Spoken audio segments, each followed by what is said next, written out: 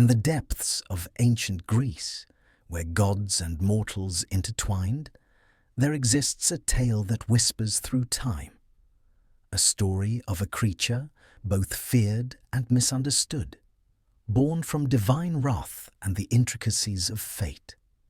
This is the story of the Minotaur, a being trapped in the heart of a labyrinth, caught between man and beast.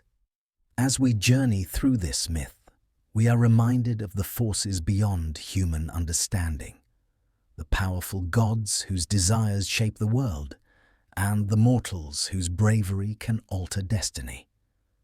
Yet, amid the shadows of the labyrinth, there is more than just terror.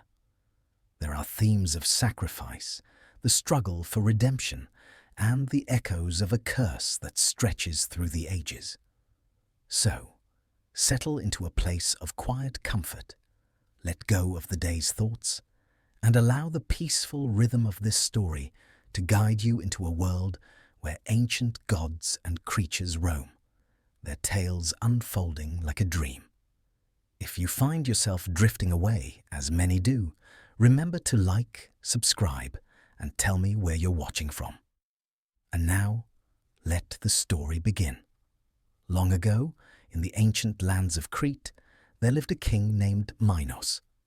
His kingdom was powerful and vast, its shores kissed by the crystal blue seas, its people proud and flourishing. But Minos's rise to power was not without its trials.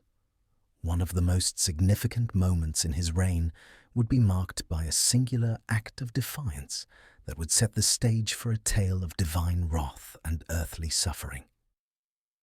It began with a challenge to the gods. Minos, seeking to prove his right to rule, prayed to Poseidon, the god of the sea, asking for a sign. He requested a magnificent bull, a symbol of his strength, to emerge from the waters and grace his kingdom. Poseidon, moved by the request, granted his wish, and from the depths of the ocean rose a majestic bull. Its white coat gleamed in the sun, and its strength was unmatched. It was a creature so pure and powerful that it would have symbolized Minos's divine favor for all to see. But in time, something changed in Minos. Perhaps the sight of such a magnificent beast filled him with pride and a sense of entitlement.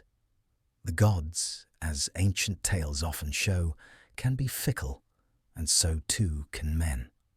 Minos decided that the bull, rather than being sacrificed to Poseidon as a token of his gratitude, would instead be kept as a prize. He had no intention of giving it up.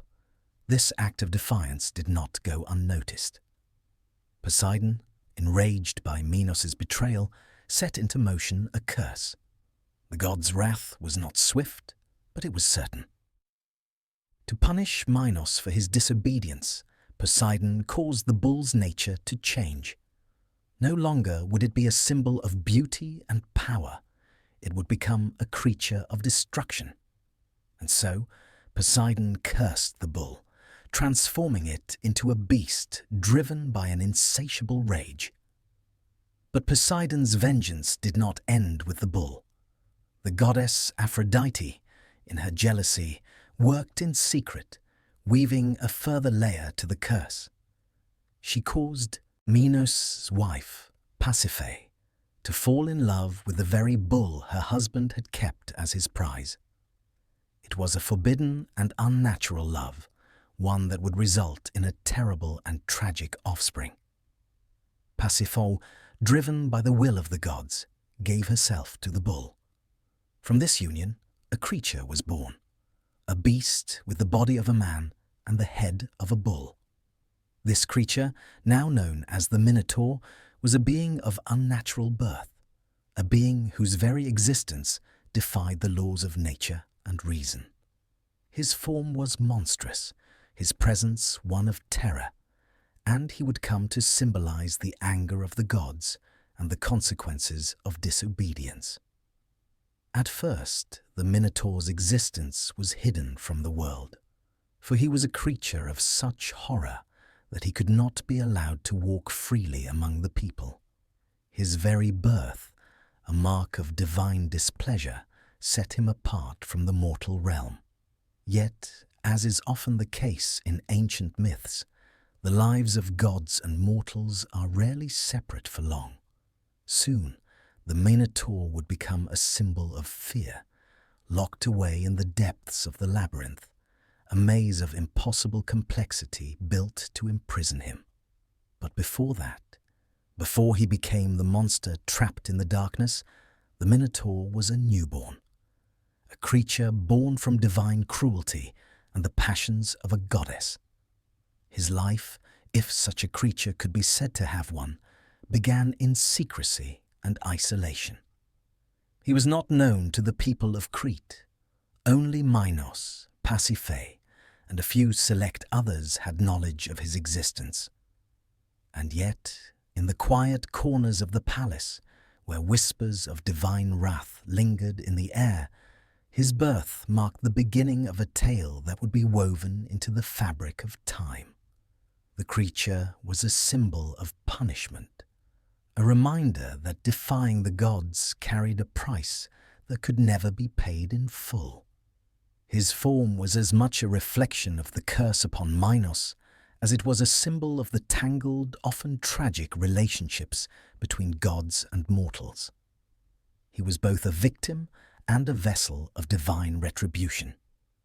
Thus, the Minotaur's journey began, shrouded in darkness, born of a forbidden love and a curse that would shape the fate of many. His existence would haunt the people of Crete, and in time he would become a legend, his name whispered on the winds and carried in the stories of those who would face him in the labyrinth. In the labyrinth, the Minotaur would find himself imprisoned, both by the walls of the maze and by the curse that had given him life. But before that imprisonment, before he became a figure in the shadows, he was a child of the gods, born of rage and left to face a world that could never truly understand him.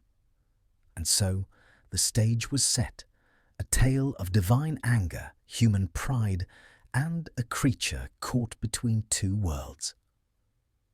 As we journey further into this myth, we will follow the Minotaur's path, the twists of fate that bound him to the labyrinth, and the heroes whose bravery would lead them to face him in the dark. The gods, as ancient stories often reveal, are neither quick to forgive nor easily appeased. Poseidon, the mighty god of the sea, was no exception. The waves, vast and ever-shifting, held his fury as surely as they held the mysteries of the deep. In his realm, beneath the surface, the gods' wills were carried out with power and precision, and their punishments were swift and sure. When Minos, the king of Crete, defied Poseidon's request, he invited divine retribution into his life. Minos had asked for a bull, a gift that would symbolize his strength and divine favor, and Poseidon, in his generosity, had granted the request.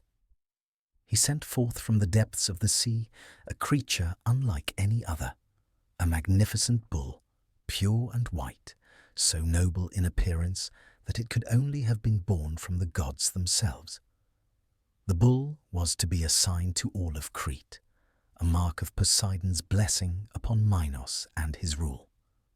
But Minos, filled with pride and a desire to flaunt his new treasure, decided against offering the bull to Poseidon as promised. Instead, he chose to keep the creature for himself, flaunting his possession of this divine gift. It was an act of hubris, one that echoed through the heavens and reached the ears of Poseidon, stirring the god's wrath like a storm that rises without warning. Poseidon, upon learning of Minos's betrayal, set into motion a curse that would intertwine the fate of Crete with that of the gods, forever altering the course of history. He turned the magnificent bull into something unrecognizable, a creature whose nature was forever tainted by the gods' fury. What had been a symbol of divine beauty became a beast of madness, driven by rage, wild and uncontrollable. Poseidon's wrath had shaped the bull into a creature that could no longer be tamed. But the curse did not end with the transformation of the bull. Poseidon, angered by Minos' pride and betrayal, saw fit to bring another punishment to the king's doorstep. He caused Pasiphae, Minos' wife, to fall in love with the very bull that had once been the pride of their kingdom. This unnatural love was a punishment that transcended mere physical transformation. It was a curse that tied Minos' wife to the very creature that had caused his disgrace. And so it was that Pasiphae, drawn by a force beyond her understanding, gave herself to the bull, and from their union the Minotaur was born. This offspring, a being of unnatural form, part man, part bull, was a further manifestation of Poseidon's rage. He was not a simple beast, but a creature born from the divine forces of love and fury, twisted together into one tragic being. The Minotaur, a product of divine vengeance, came to symbolize the cost of defying the gods.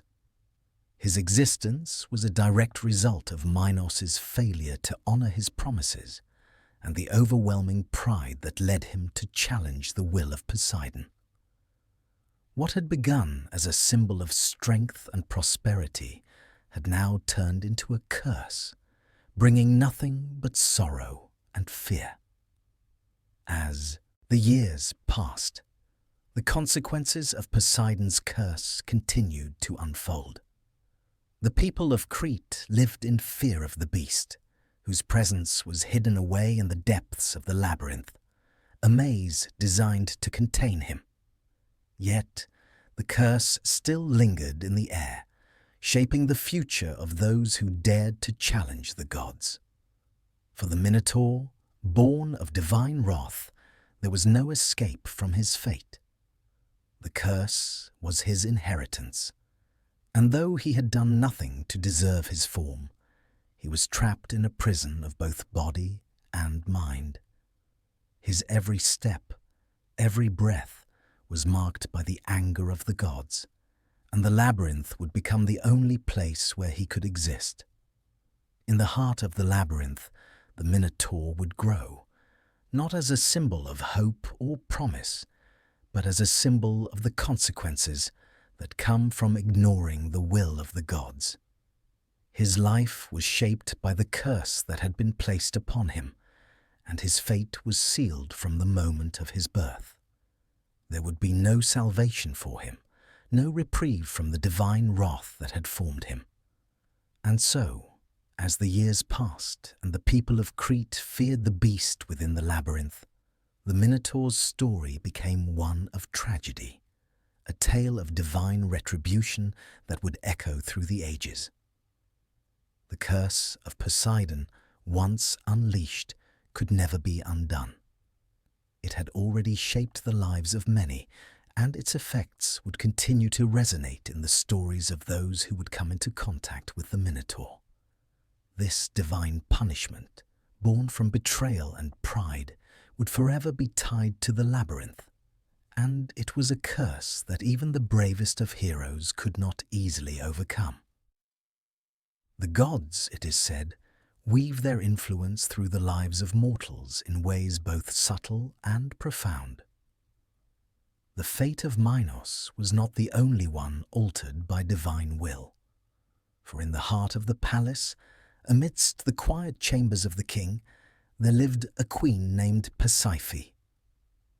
Beautiful, wise, and beloved by her people, Pasiphae's life would be forever changed by a curse that came from a place darker than any mortal could fathom.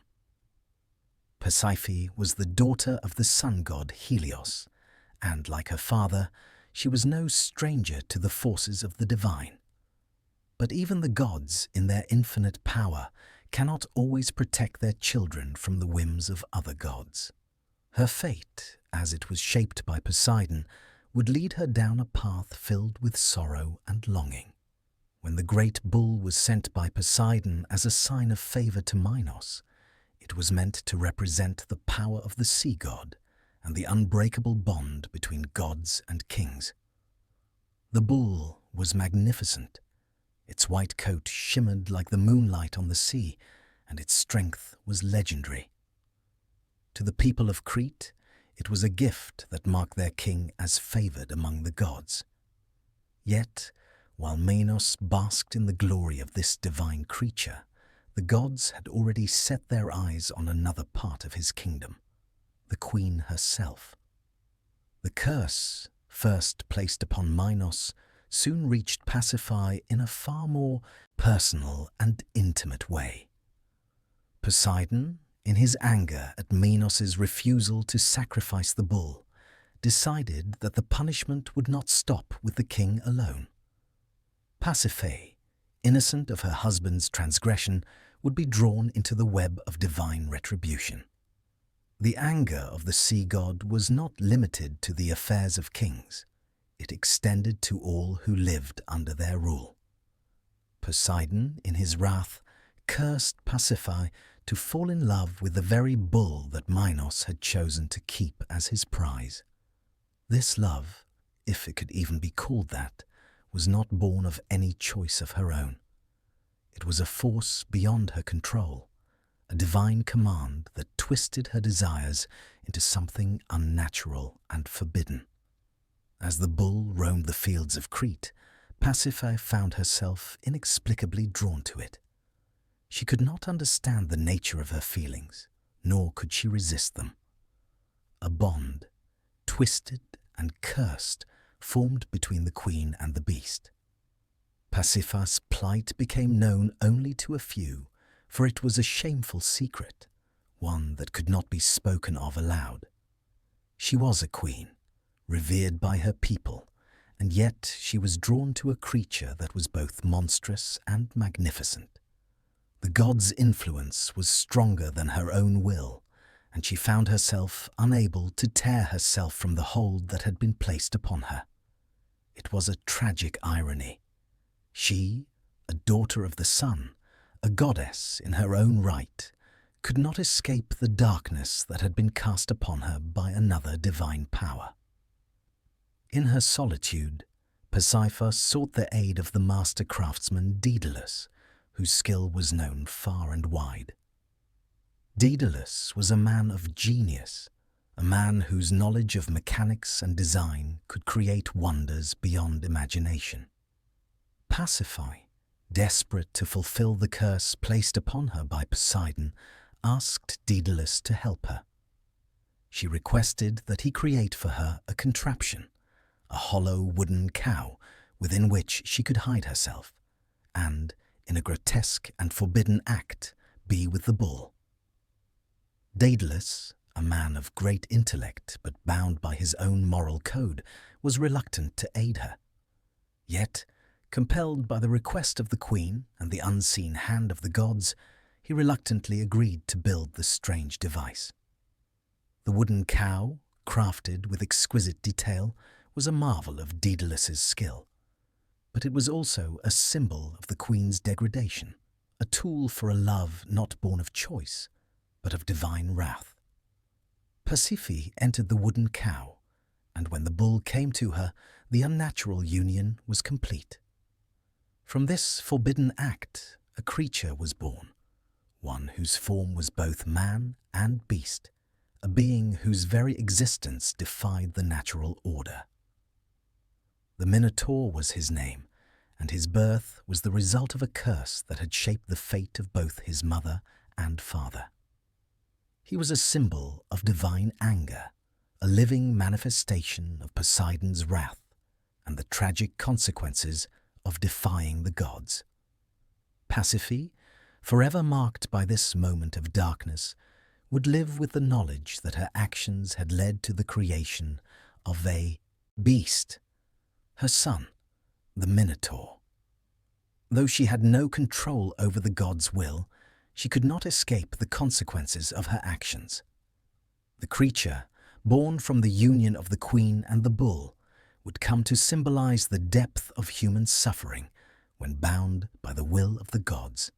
The people of Crete, unaware of the true nature of the Minotaur's birth, would live in fear of the beast that lurked in the labyrinth. The maze, designed by Daedalus to contain the creature, would become a place of darkness and mystery, a reflection of the curse that had shaped the lives of Pasiphae, Minos, and the people of Crete. And Pasiphae, though a queen of great beauty and wisdom, would forever carry the burden of the gods' will, a burden that would cast a shadow over her life and the lives of all who lived in the shadow of the Minotaur. In the quiet corners of Crete, hidden from the eyes of the world, the unimaginable occurred. From the forbidden union of Pasiphae and the magnificent bull, a creature was born, an offspring of two worlds, neither fully human nor fully beast. This child, with the body of a man and the head of a bull, was an embodiment of divine wrath, a living testament to the anger of the gods and the consequences of a single act of defiance. The people of Crete did not know the truth of the Minotaur's birth. To them, he was a dark and mysterious figure, a creature whose existence was spoken of only in whispers, his presence felt only through the stories of fear and dread that circulated through the land. He was a monster, a beast born of divine manipulation, whose very being carried the weight of a curse. His birth, though hidden, marked the beginning of a new chapter in the lives of the people of Crete, a chapter that would be filled with terror and uncertainty. Pasiphae, the mother of the Minotaur, was forever changed by the birth of her son. The gods had demanded this act of unnatural love, and though she had been bound by their will, she could not escape the sorrow that followed. Her child was no ordinary infant. He was a creature of grotesque form, his very existence a reminder of the divine forces that shaped his being. Pasiphae, though she loved him as a mother loves her child, could not deny the truth of what he represented, a monstrous reflection of the wrath that had been brought upon her by Poseidon. As the Minotaur grew, he became a symbol of fear. His monstrous appearance set him apart from all others, and he was locked away in the deepest corners of the palace, hidden from the eyes of the people. The labyrinth, a maze of impossible complexity built by the genius of Daedalus, became his prison. It was within the maze that the Minotaur would live out his days, his existence marked by isolation and the curse that had shaped his form. The labyrinth itself, a creation of winding corridors and secret paths, mirrored the confusion and darkness that surrounded his birth. A place where the boundaries between man and beast were blurred, where the Minotaur could never escape the confines of his own nature. The labyrinth was not merely a physical structure, it was a symbol of the Minotaur's imprisonment. His every movement, every breath, was confined to the twisting corridors, and though he was a creature of great strength, he was unable to break free from the maze that had been built to contain him. The maze became a prison, not only for the Minotaur, but for the very essence of who he was. A creature caught between two worlds, unable to belong to either. He was a victim of the gods' wrath, a being cursed from the moment of his birth, forever trapped in the labyrinth of his own existence. His isolation was complete. The Minotaur knew only darkness, the cold stone walls of his prison, and the faint sounds of footsteps that came from those who dared to approach his lair.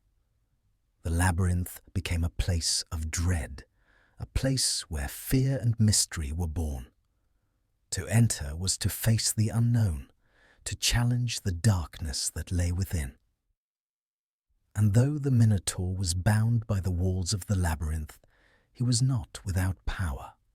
His strength, his rage, and his primal nature made him a force to be reckoned with.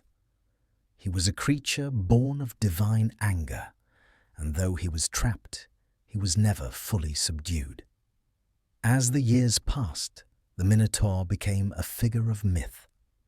His story, like so many other tales of the gods, was passed down through generations. His name became synonymous with terror, a symbol of the punishment that came to those who defied the gods. The labyrinth, once a place of mystery and wonder, became a place of fear, where only the bravest of heroes would dare to enter.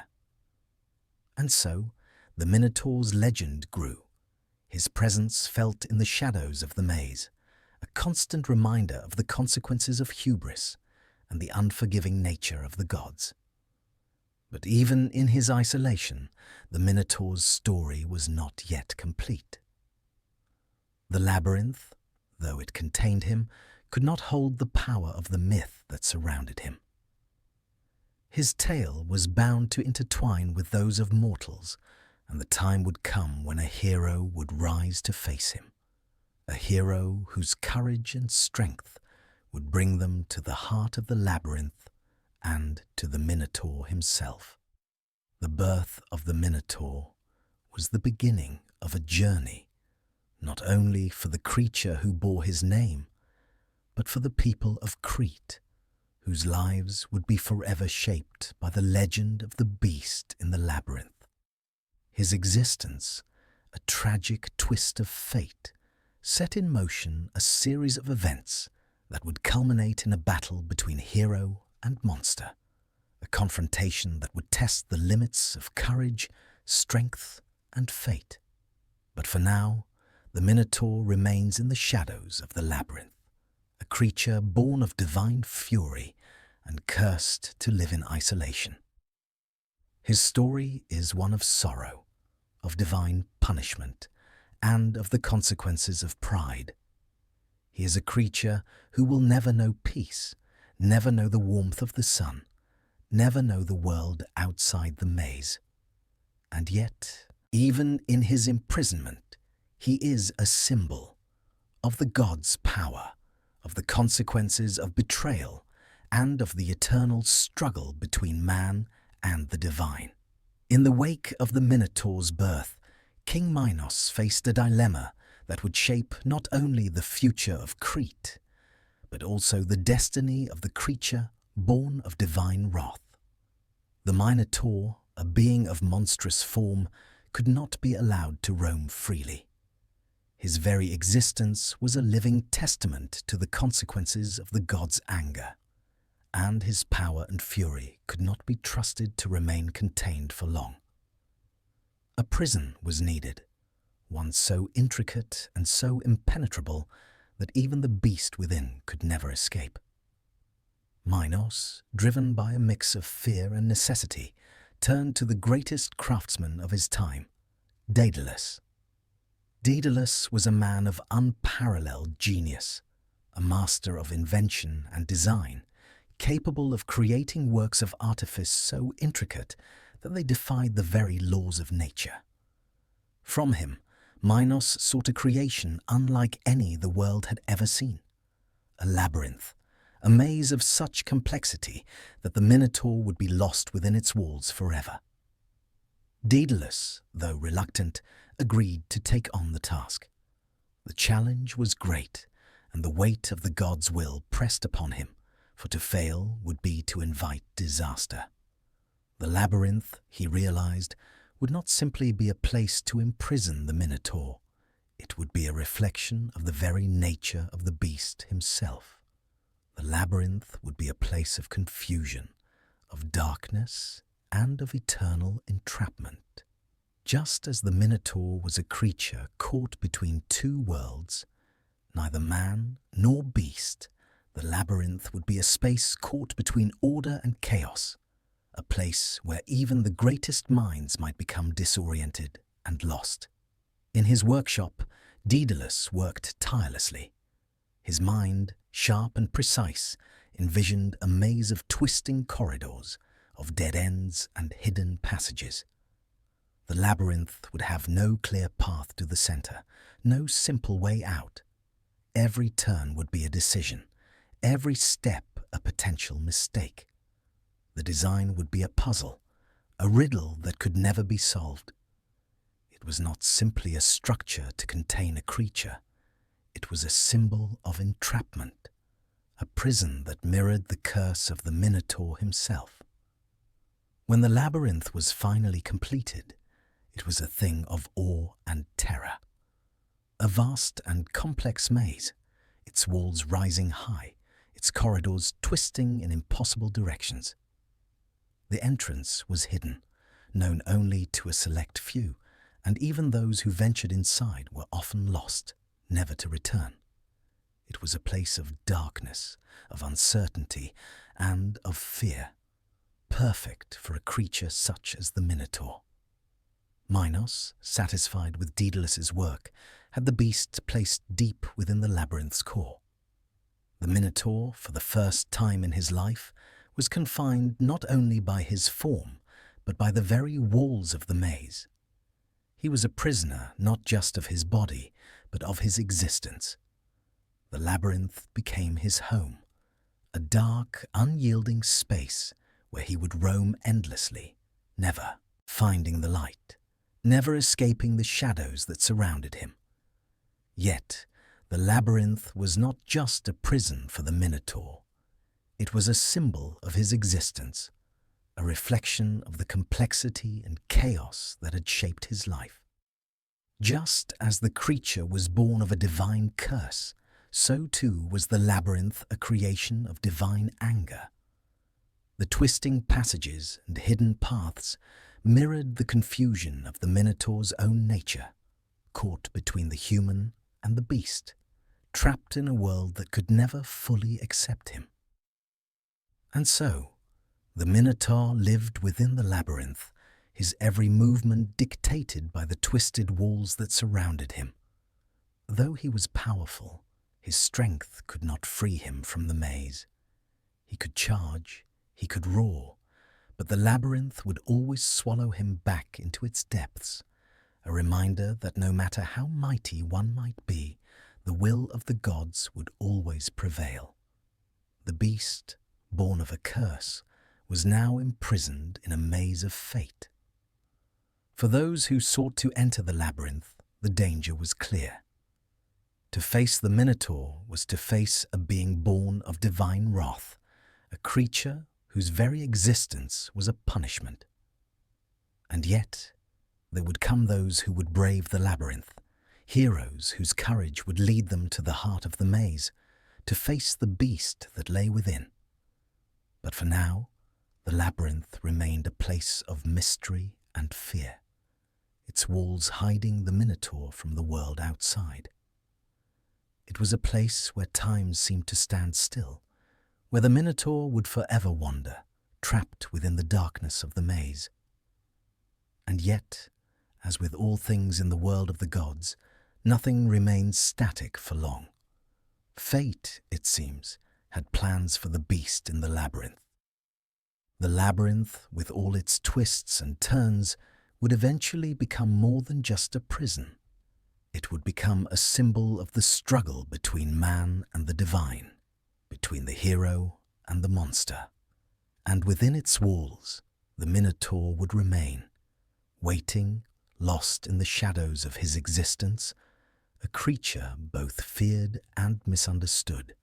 The labyrinth, with its intricate maze of corridors and hidden passages, became the prison for the Minotaur. It was a place where time seemed to bend, where the light of the sun never reached, and the air was heavy with the scent of damp stone. To the Minotaur, this labyrinth was both his home and his confinement, a structure so vast and confusing that even the bravest would falter within its walls.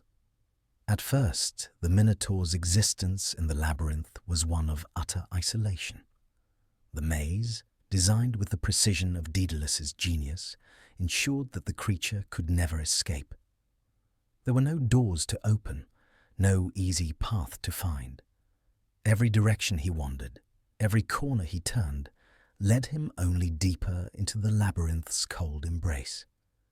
It was not merely a prison built of stone, it was a prison born of divine will, a symbol of the curse that had shaped him. Trapped within these walls, the Minotaur wandered aimlessly.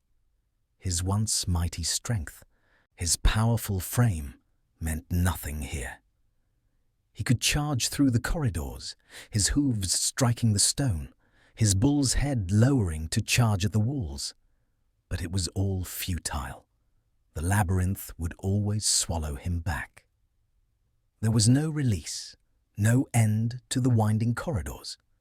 His power, once a symbol of pride, now seemed like an endless source of frustration. He was a prisoner of both body and mind, caught in a space where every step he took only led him deeper into the shadows. But the Minotaur's existence was not without meaning. In the quiet, dark corners of his labyrinthine prison, he became a symbol of divine retribution. His very form, a grotesque blend of man and bull, spoke to the punishment of those who defied the gods. His existence, once a reminder of pride and hubris, had now become a living legend. The people of Crete, though unaware of the truth behind his birth, spoke of the beast with a mixture of fear and reverence. The Minotaur was no longer simply a creature in the labyrinth. He was a monster, a living myth, a symbol of the terrible cost of defying the gods. The labyrinth, in its quiet and unnerving complexity, became the perfect prison for such a being. It was a reflection of the Minotaur himself, confused, lost, and filled with the rage of divine punishment. And as the years passed, the Minotaur's story became one of isolation. He could hear the distant sounds of the world outside, but he was unable to touch it. The labyrinth closed in around him, its walls a constant reminder of the curse that had shaped his life. He did not understand the nature of the punishment that had been bestowed upon him. He knew only that he was trapped in this maze, alone, his every movement dictated by the twisting corridors and his monstrous form. The gods had given him life, but they had also given him a prison. In that silence, in the darkness, the Minotaur's existence became a quiet tragedy. Though he was a creature of immense strength, he was powerless against the labyrinth. The stone walls were unyielding, and the paths twisted in ways that seemed to mock his attempts to find an exit. His hunger, his rage, his instincts, all these forces that once might have served him well, were now useless. The labyrinth was a maze not just of stone, but of time and fate, a place where the very nature of existence seemed to twist into an endless cycle. And yet, even in his isolation, the Minotaur was not without purpose. The people of Crete, when they spoke of the beast, spoke with a shiver of fear, as though his presence in the labyrinth was a constant reminder of something larger than themselves. His legend grew, as legends often do, growing in the shadows of fear and awe. He was a creature trapped between worlds, a living symbol of divine punishment and the cost of defying the gods. For those who dared to venture into the labyrinth, the Minotaur was a terrible challenge. They would enter the maze, seeking either glory or death, never fully understanding the creature they sought to confront. The Minotaur was not merely a beast, he was a creature of fate, of divine wrath. And in the twisting, turning corridors of the labyrinth, he became something more than a monster. He became a symbol of the struggle between man and the gods, a creature born from divine anger, trapped in a world he could never escape. As the years passed, the Minotaur's life became one of quiet despair. There were no friends to share his isolation, no allies to help him understand the forces that had shaped his existence. He could not change the course of his fate. The labyrinth was his home, his prison, and his tomb. He wandered its endless corridors, lost in a maze of both stone and spirit, a creature caught between two worlds, neither fully man nor fully beast, neither fully free nor fully captive. But though the Minotaur's existence was marked by pain and isolation, it was not without purpose. For in the labyrinth, amid the shadows and the walls, he would wait. He would wait for those who would challenge him, who would come to face him in the heart of the maze. And though he might never escape the labyrinth, though he might never know peace, his story would endure. It would endure through the heroes who came seeking him, through the whispers of his legend, and through the eternal struggle between man, beast, and the will of the gods. The legend of the Minotaur, born from the wrath of Poseidon and sealed within the labyrinth, grew beyond the borders of Crete. His name became a symbol of terror, not only to the people of the island, but to all who lived under the shadow of the gods. The people of Athens, though far removed from Crete, would find themselves bound by this curse in ways they never imagined. It was during the reign of King Minos that a dark agreement was made between the gods and the cities of Greece. After Minos' victory in war, his kingdom imposed a harsh tribute upon Athens, a punishment for the death of his son Androgeus, who had fallen in a distant conflict. To avenge his loss, Minos demanded that Athens send 7 young men and 7 young women every year to be sacrificed to the Minotaur. The tribute, meant to appease the gods and the wrath of Minos, was a grim reminder of the price of defying the will of the gods. Every year, Athens sent its best and brightest, those with the most promise, to the labyrinth as offerings. These tributes were not just sacrifices in the physical sense. They were also offerings to fate, to the gods, and to the terrible creature that dwelled in the maze. They went to face a monster, one whose very existence was an embodiment of divine anger. To face the Minotaur was to face certain death, for no one had ever returned from the labyrinth. The people of Athens, though they hated the tribute, could do little to prevent it. Their kings, bound by the demands of Minos, were powerless to change the course of fate. The tribute was a bitter pill, a reminder of Athens' vulnerability to the gods and their merciless decrees.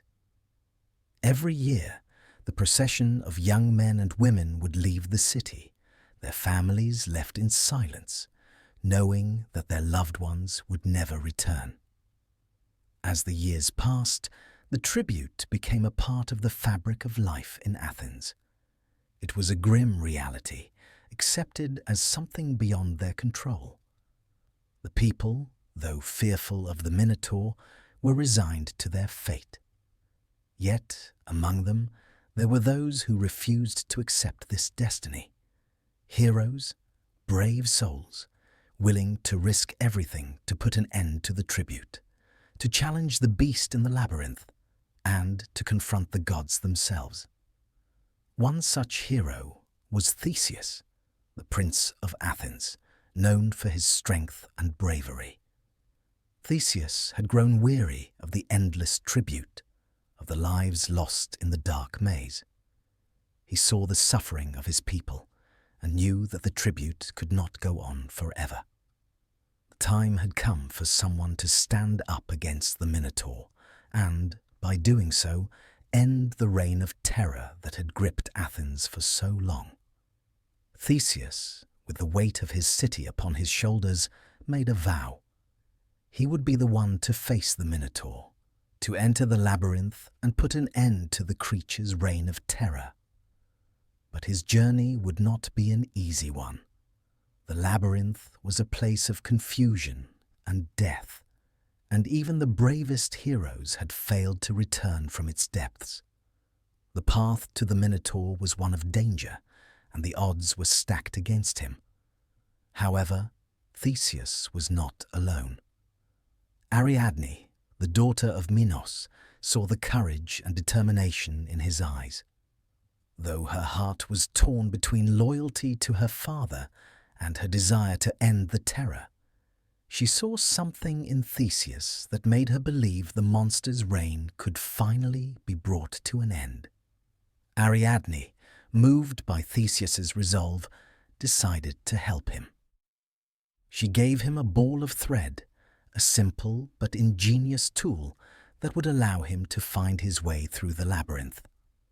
She told him to tie the thread to the entrance and to unravel it as he went deeper so that he could find his way back. With this gift, Theseus entered the labyrinth, ready to face the Minotaur.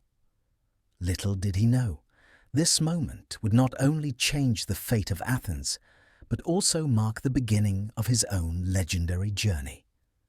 The tribute, once an annual reminder of sacrifice and helplessness, was now a turning point. The Minotaur, the terror that had haunted the people of Crete and beyond, would soon face his match in Theseus. The gods, watching from their high thrones, would see how mortal bravery could challenge even the greatest of their creations. And in the darkness of the labyrinth, the clash between hero and monster would unfold, a battle that would determine the fate of Athens, the Minotaur, and the future of the tribute. As the sun dipped below the horizon, casting long shadows across the shores of Crete, the people of Athens waited. Another year had passed, and once again their finest youth had been chosen to face the labyrinth, to be sacrificed to the Minotaur. Among those chosen, however, was one who was different from all the others, a young prince with the heart of a lion and the courage of a hero. His name was Theseus. Theseus, the son of Aegeus, king of Athens, had grown weary of the endless cycle of tribute. The sacrifices, the loss, the grief, he could bear it no longer. A prince and a warrior, he had seen the toll that the annual tribute took on his city, on the families who bid farewell to their children, knowing they would never return. Theseus, driven by both duty and compassion, made a vow that he would end this terror once and for all. The Minotaur's reign of fear would come to an end, and Athens would no longer be a city haunted by the labyrinth's dark legend. The journey to Crete was long, and as Theseus sailed across the Aegean Sea, his heart was heavy with the weight of the task ahead. He knew that he would be walking into a labyrinth, a maze designed by the brilliant but cursed Daedalus, where no man had ever returned. The Minotaur, a creature born of divine wrath, was both a physical and symbolic threat, a living testament to the anger of the gods. Yet Theseus was undeterred. He had trained for this moment his entire life, and the people of Athens were counting on him. When Theseus arrived in Crete, he was met with both awe and fear. The people of the island knew of the hero's intentions, and some whispered that he was brave beyond reason. Others feared he was doomed to fail, that no mortal could ever hope to defeat a creature so deeply tied to the will of the gods. And yet, Theseus showed no fear. His resolve was clear, and his presence radiated with the strength of a man who believed that fate was not something to be feared, but something to be challenged. It was Ariadne, the daughter of King Minos, who first encountered Theseus as he arrived at the palace. The sight of her, a princess torn between loyalty to her father and compassion for a stranger, seemed to reflect the struggle of Crete itself, caught between the will of the gods and the desire for peace. She, too, had heard of Theseus's arrival, and she knew that he had come to face the creature that had haunted her family's bloodline for so long. Ariadne, though a princess by birth, felt a deep sympathy for the hero. She knew what the Minotaur meant to her people, how his very existence symbolized the cruelty of divine wrath. She also knew that her father's demands, though born of grief and anger, had condemned her to live in the shadow of fear. The Minotaur was not just a monster, it was the punishment of the gods, a legacy of divine vengeance that she could not escape. And yet, when she saw Theseus, something in her heart stirred. She saw not just a hero, but a man who could change the course of their history. She knew that if Theseus could succeed where so many had failed, if he could slay the beast in the labyrinth, the people of Crete would be freed from the cycle of terror. Her heart, though torn, decided to aid him. She would not stand idly by, watching the hero walk into the jaws of death. She would help him, even if it meant betraying her father's will. Ariadne, in secret, gave Theseus a gift, a ball of thread. She told him to tie one end to the entrance of the labyrinth and unravel it as he ventured deeper. This thread, a simple but ingenious tool, would be his lifeline. It would guide him through the winding, confusing maze, allowing him to find his way back after facing the Minotaur. Without it, Theseus would be lost, just like all the others before him. With Ariadne's help, Theseus entered the labyrinth. He stepped into the darkness, the air thick with silence. The walls of the maze loomed around him, and the twisting corridors seemed to mock his every step. The labyrinth was not just a physical structure. It was a symbol of the confusion, the hopelessness, and the fear that had plagued Athens for so long. Yet Theseus was not afraid.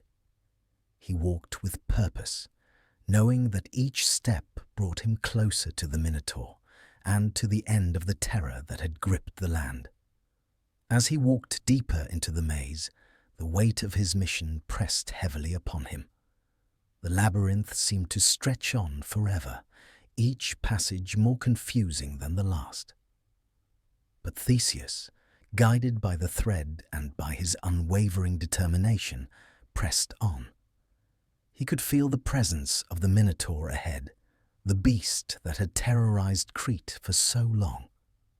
And as he neared the heart of the maze, his resolve only strengthened. The Minotaur would not stop him. He would face the beast, and he would defeat it. The journey through the labyrinth was not just one of physical endurance. It was a test of courage, of spirit, and of will. Theseus had not only to confront the Minotaur, but the fear and uncertainty that had defined the lives of so many. With each step, he proved that even the darkest labyrinth could be navigated. Even the most terrifying of monsters could be defeated. The air grew heavy as Theseus ventured deeper into the heart of the labyrinth. The stone walls seemed to close in around him, their rough surface cold to the touch, the scent of earth and dampness filling the narrow corridors. Each step echoed in the stillness, as if the very labyrinth was watching him, waiting for his next move. There were no sounds of life here, only the quiet whispers of shadows and the ever-present fear of being lost forever in this maze of stone. But Theseus was not afraid. His mind, sharpened by years of training, focused on the single task ahead of him, to face the Minotaur and bring an end to the terror that had haunted both Crete and Athens. His heart was calm, his thoughts steady, as he followed the path marked by Ariadne's thread. The ball of thread, held tightly in his hand, was his only lifeline in this vast maze, a guide that would ensure he could find his way back once the battle was over. As he walked, Theseus could not help but reflect on the journey that had brought him here. The weight of his city's hopes pressed on his shoulders, but he knew this was his fate. This was not just a personal challenge.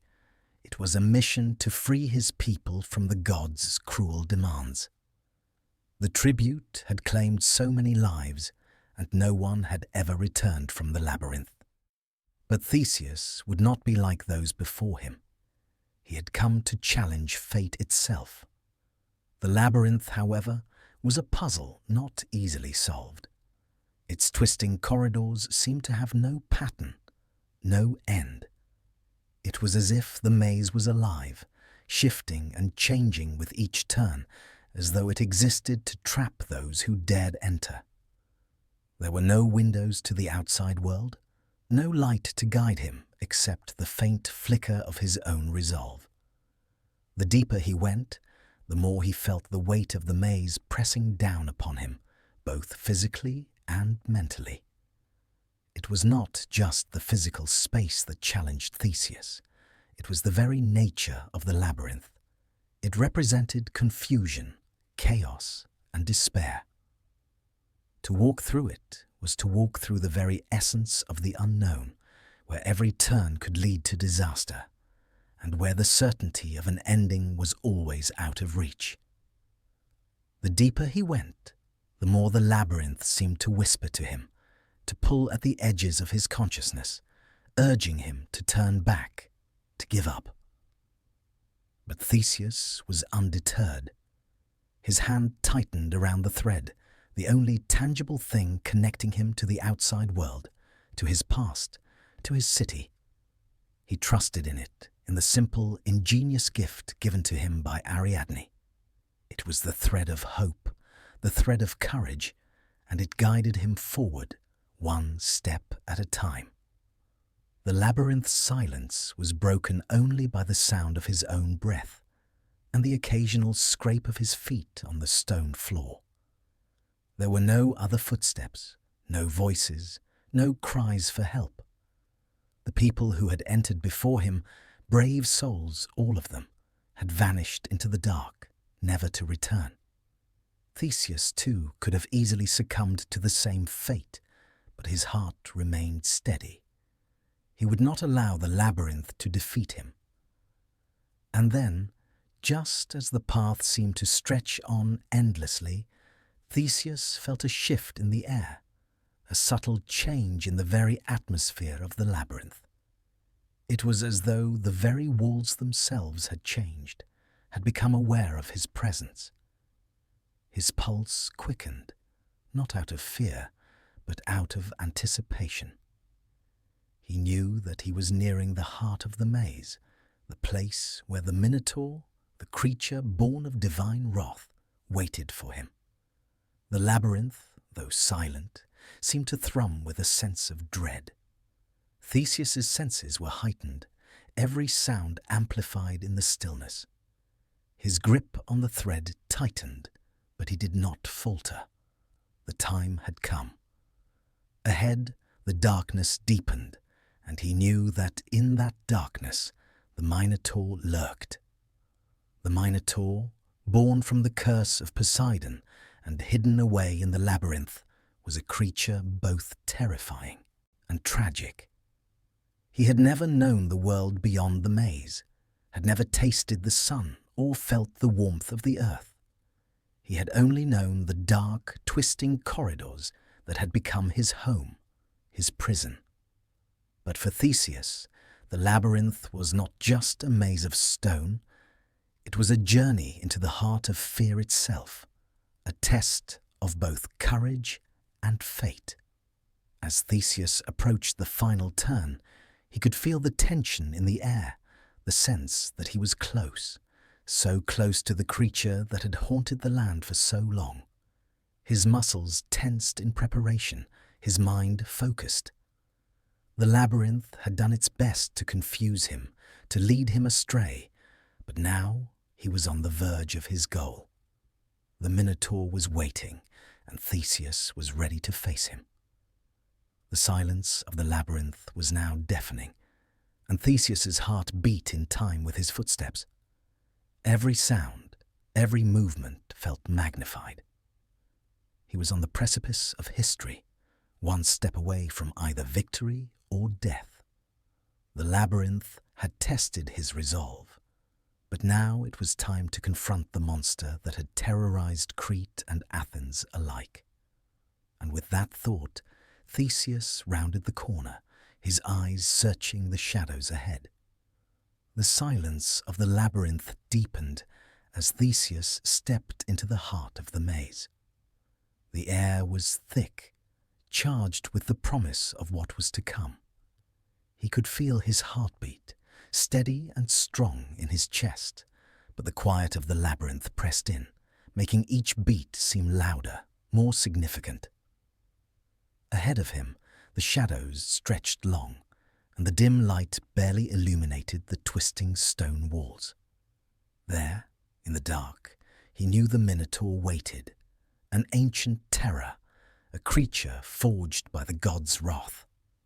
Theseus paused for a moment, the weight of his task pressing upon him. He had come to this place not just for glory, but for his people. Athens had sent its children to the labyrinth year after year, offering them as sacrifices to the Minotaur. These lives, so full of potential, had been lost to the beast, but Theseus would not let that happen again. He had vowed to end the terror that had plagued his city, and now, standing at the threshold of the Minotaur's lair, he was ready to face the monster that had haunted his people for so long. With his hand still gripping the ball of thread given to him by Ariadne, Theseus stepped forward. His footsteps, light and careful, echoed in the silence, breaking the stillness of the labyrinth. The maze, with all its complexity and confusion, had tried to turn him away, but he had followed the thread and reached the heart of it all, the place where the Minotaur, half man and half bull, waited in the shadows. In the dim light, he could see the creature's silhouette, large and imposing, its form a twisted combination of man and beast. The Minotaur's bull-like head was crowned with sharp horns, its muscular body rippling with strength and power. The creature's eyes glowed with a fierce, primal hunger, and for a moment Theseus felt a shiver run down his spine. The Minotaur was no mere beast. It was the living embodiment of the gods' wrath, the consequences of defying divine will. But Theseus did not waver. He had come prepared, not just with strength, but with the resolve of his people behind him. The fear that had once filled him when he first entered the labyrinth had faded, replaced by a focused determination. He was not just a man facing a monster. He was a hero, facing a legacy of terror, a terror that would finally be put to rest. The Minotaur let out a deep, guttural growl, a sound that reverberated through the labyrinth's walls, filling the space with a sense of dread. The creature's eyes locked onto Theseus, and for a moment the two stood in the stillness, measuring each other. The Minotaur's massive chest heaved with each breath, its nostrils flaring as it prepared to charge. It had waited for years, locked away in the maze, but now its prey had come to it. With a sudden, primal roar, the Minotaur lunged forward, its hooves striking the stone floor with a deafening sound. The force of the attack was like a storm unleashed, and for a moment, Theseus thought the labyrinth itself might collapse under the weight of the creature's fury. But Theseus was quick, his training and agility coming to his aid. He darted to the side, narrowly avoiding the Minotaur's charge. The creature, frustrated, turned and charged again, its horns lowered, ready to impale its prey. Theseus moved with precision, dodging the Minotaur's attacks with a swiftness born of both experience and desperation. His sword was drawn, its blade gleaming faintly in the dim light, and he waited for the right moment, watching the Minotaur's every movement. The creature was powerful, but it was also driven by primal instinct, and Theseus knew that he could use that to his advantage. He did not need to overpower the beast. He needed to outsmart it.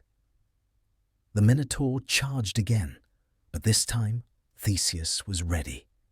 He sidestepped the creature's horns, his sword raised. In a single, swift motion, he struck, his blade plunging into the Minotaur's side, finding the gap between its ribs. The creature let out a howl of pain, stumbling back, its enormous body trembling with the shock of the wound. Blood spilled from the wound, staining the stone floor beneath them. But the Minotaur was not finished. It roared in fury, thrashing wildly, desperate to retaliate. Theseus, now face to face with the beast, knew he had to act quickly. The labyrinth itself seemed to hold its breath as the two opponents circled each other, both waiting for the next move. The Minotaur, weakened by the wound, was slower now, its strength ebbing, but it still had the ferocity of a creature driven by rage. Theseus saw the opening he had been waiting for. The Minotaur, its horns lowered again in another charge, was vulnerable. As the creature came toward him, Theseus sidestepped once more, but this time, instead of simply evading, he thrust his sword forward, aiming for the creature's heart. The blade struck true, piercing the Minotaur's chest with a sickening sound. The creature let out one final guttural cry, its body shuddering before it collapsed onto the cold stone floor. The Minotaur was dead. For a moment, Theseus stood over the fallen creature, his chest heaving with exhaustion. The silence of the labyrinth returned, broken only by the sound of his own breath. The battle was over, but the weight of the moment hung heavy in the air. The Minotaur, once a symbol of divine vengeance and terror, now lay defeated, its reign of fear at an end. Theseus, though victorious, did not revel in the kill. He had come to the labyrinth not to slay a monster for the sake of glory, but to end the suffering that had plagued his people for so long. The Minotaur had been a creature of pain and isolation, born of the wrath of gods who cared little for the lives of mortals. In its death, Theseus had brought peace, not just to Athens, but to the entire land, freeing it from the dark shadow the creature had cast.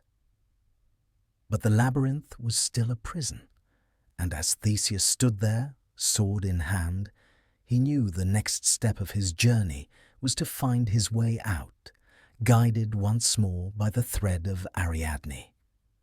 With the Minotaur's lifeless body sprawled upon the cold stone floor, the labyrinth seemed to hold its breath.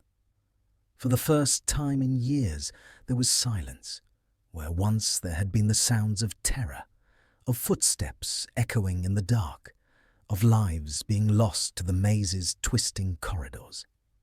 Theseus stood over the beast, his chest rising and falling with each laboured breath.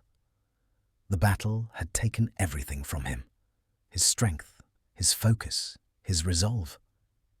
Yet, as the darkness of the labyrinth surrounded him, he felt the strange weight of both victory and sorrow.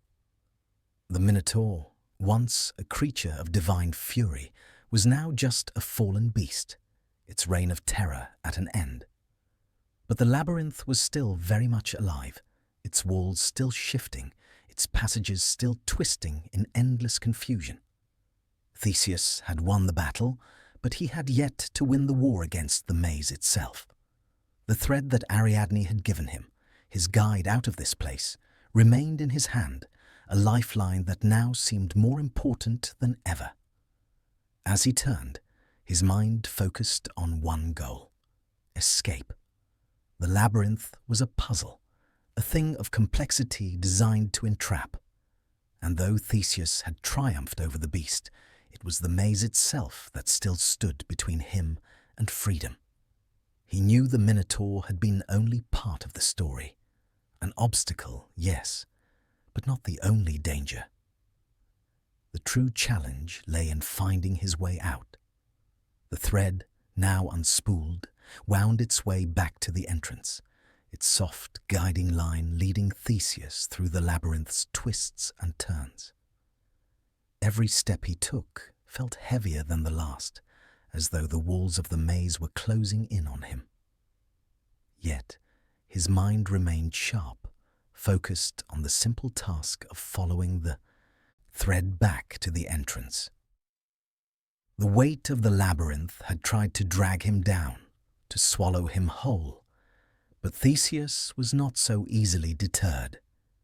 His heart, though worn with the effort of the fight, beat with the promise of freedom, the promise of a return to Athens, to a city that no longer had to live under the shadow of the Minotaur. As he retraced his steps, the labyrinth felt different.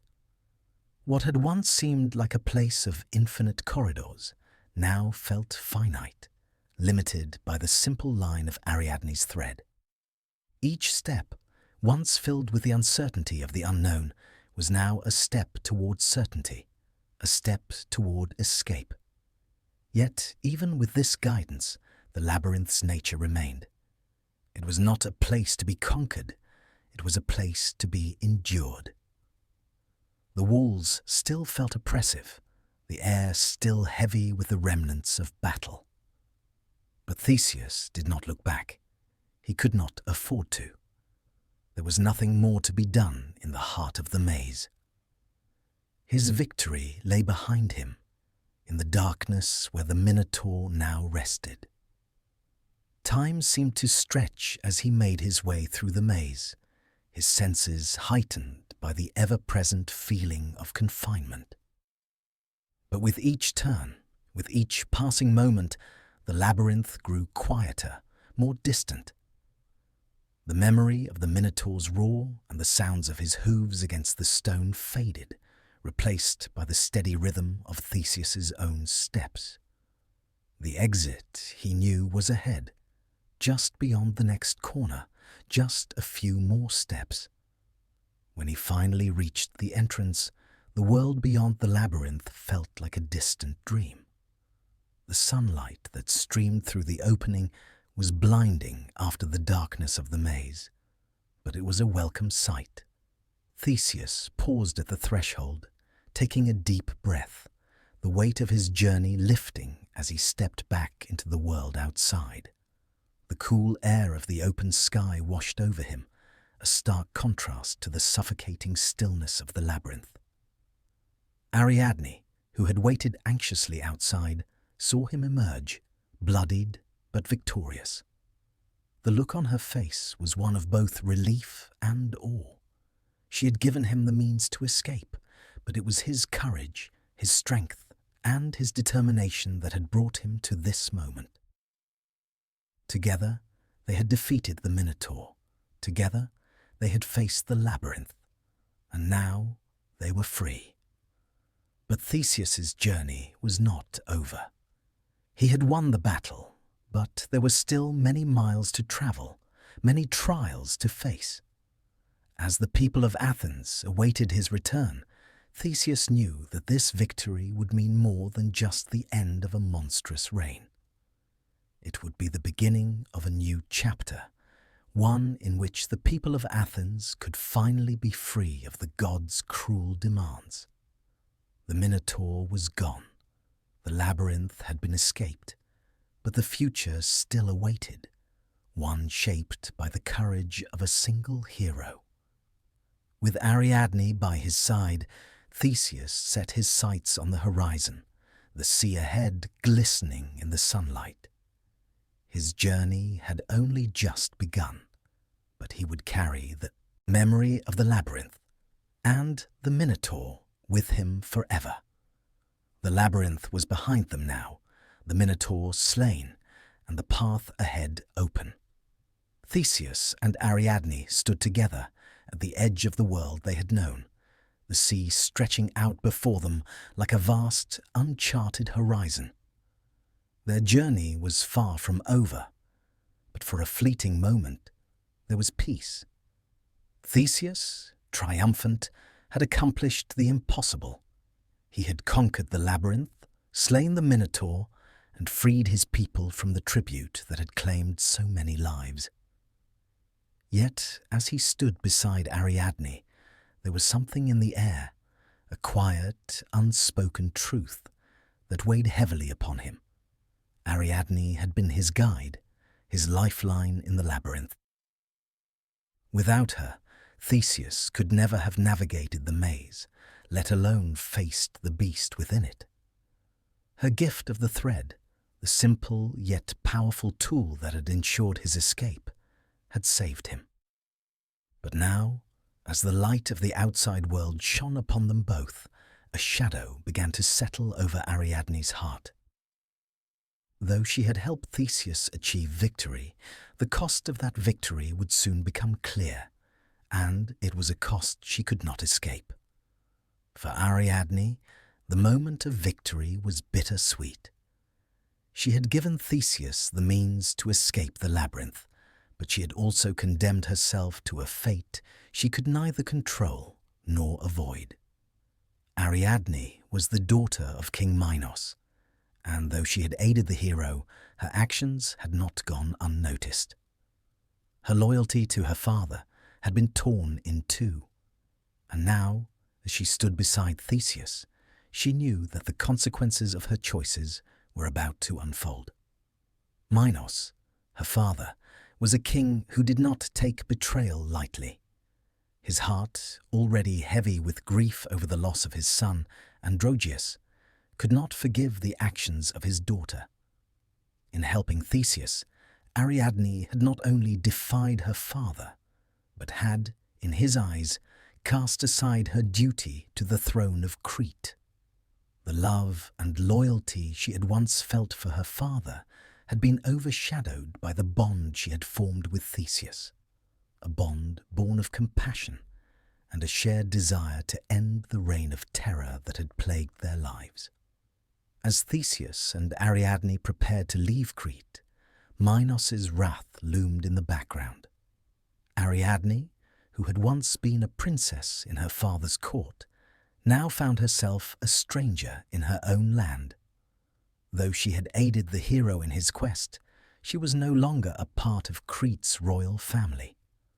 Her father's love had turned to anger, and his gaze, once filled with pride, now held only disdain for her actions. She had become an outsider in her own home, and the labyrinth's exit had not freed her from the consequences of her choices. For Ariadne, the future was uncertain. She had helped Theseus because she believed in his cause, but in doing so, she had sealed her own fate. The joy of the victory, the relief of having helped bring an end to the Minotaur's reign, was overshadowed by the knowledge that she could not return to Crete as she had once been. She had no place there anymore, not with the anger of her father following her every step. As the ship carrying Theseus and Ariadne set sail, the calm, peaceful sea stretched out before them, but Ariadne's heart was heavy.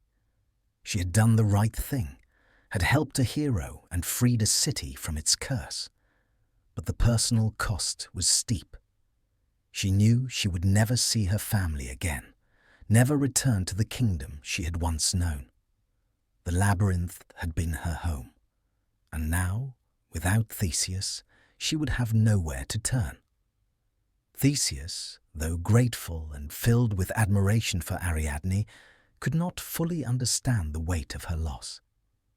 His mind was set on the future, on the return to Athens, where his people awaited him, where he would be celebrated as a hero. Ariadne, too, had played her part in that victory, but her future was now tied to him in a way she had not anticipated. Theseus, in his triumph, did not know that Ariadne's heart was already turning toward a future she did not want, toward a fate that was not hers to choose. As the days passed, the tension between them grew. Theseus was focused on the victory, on the promise he had made to his city, but Ariadne was increasingly distant, her thoughts consumed by the loss of her former life. She had given up everything to help him, and now she was left with nothing. The seas they sailed were vast, but for Ariadne they felt like an endless void, an expanse of water that stretched on forever, offering no refuge. The story of Ariadne's fate would not end with her escape from Crete, for in the distance, on the island of Naxos, another chapter awaited her. Here, as she was left abandoned by Theseus, she would find a new path, a path she never expected, but one that would ultimately lead her to her own destiny. And yet, the memory of the labyrinth, of her role in the defeat of the Minotaur, would never leave her. Ariadne, like the labyrinth she had helped Theseus navigate, was a figure caught between two worlds, between duty and desire, between love and loss. And though the gods had their hand in her fate, Ariadne would find her own way, as so many heroines do, into a new story that would be hers alone.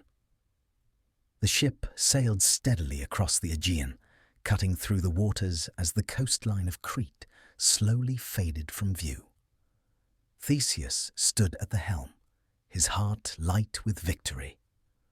The Minotaur was dead, the labyrinth no longer a prison of fear, and the people of Athens would be free of their yearly tribute.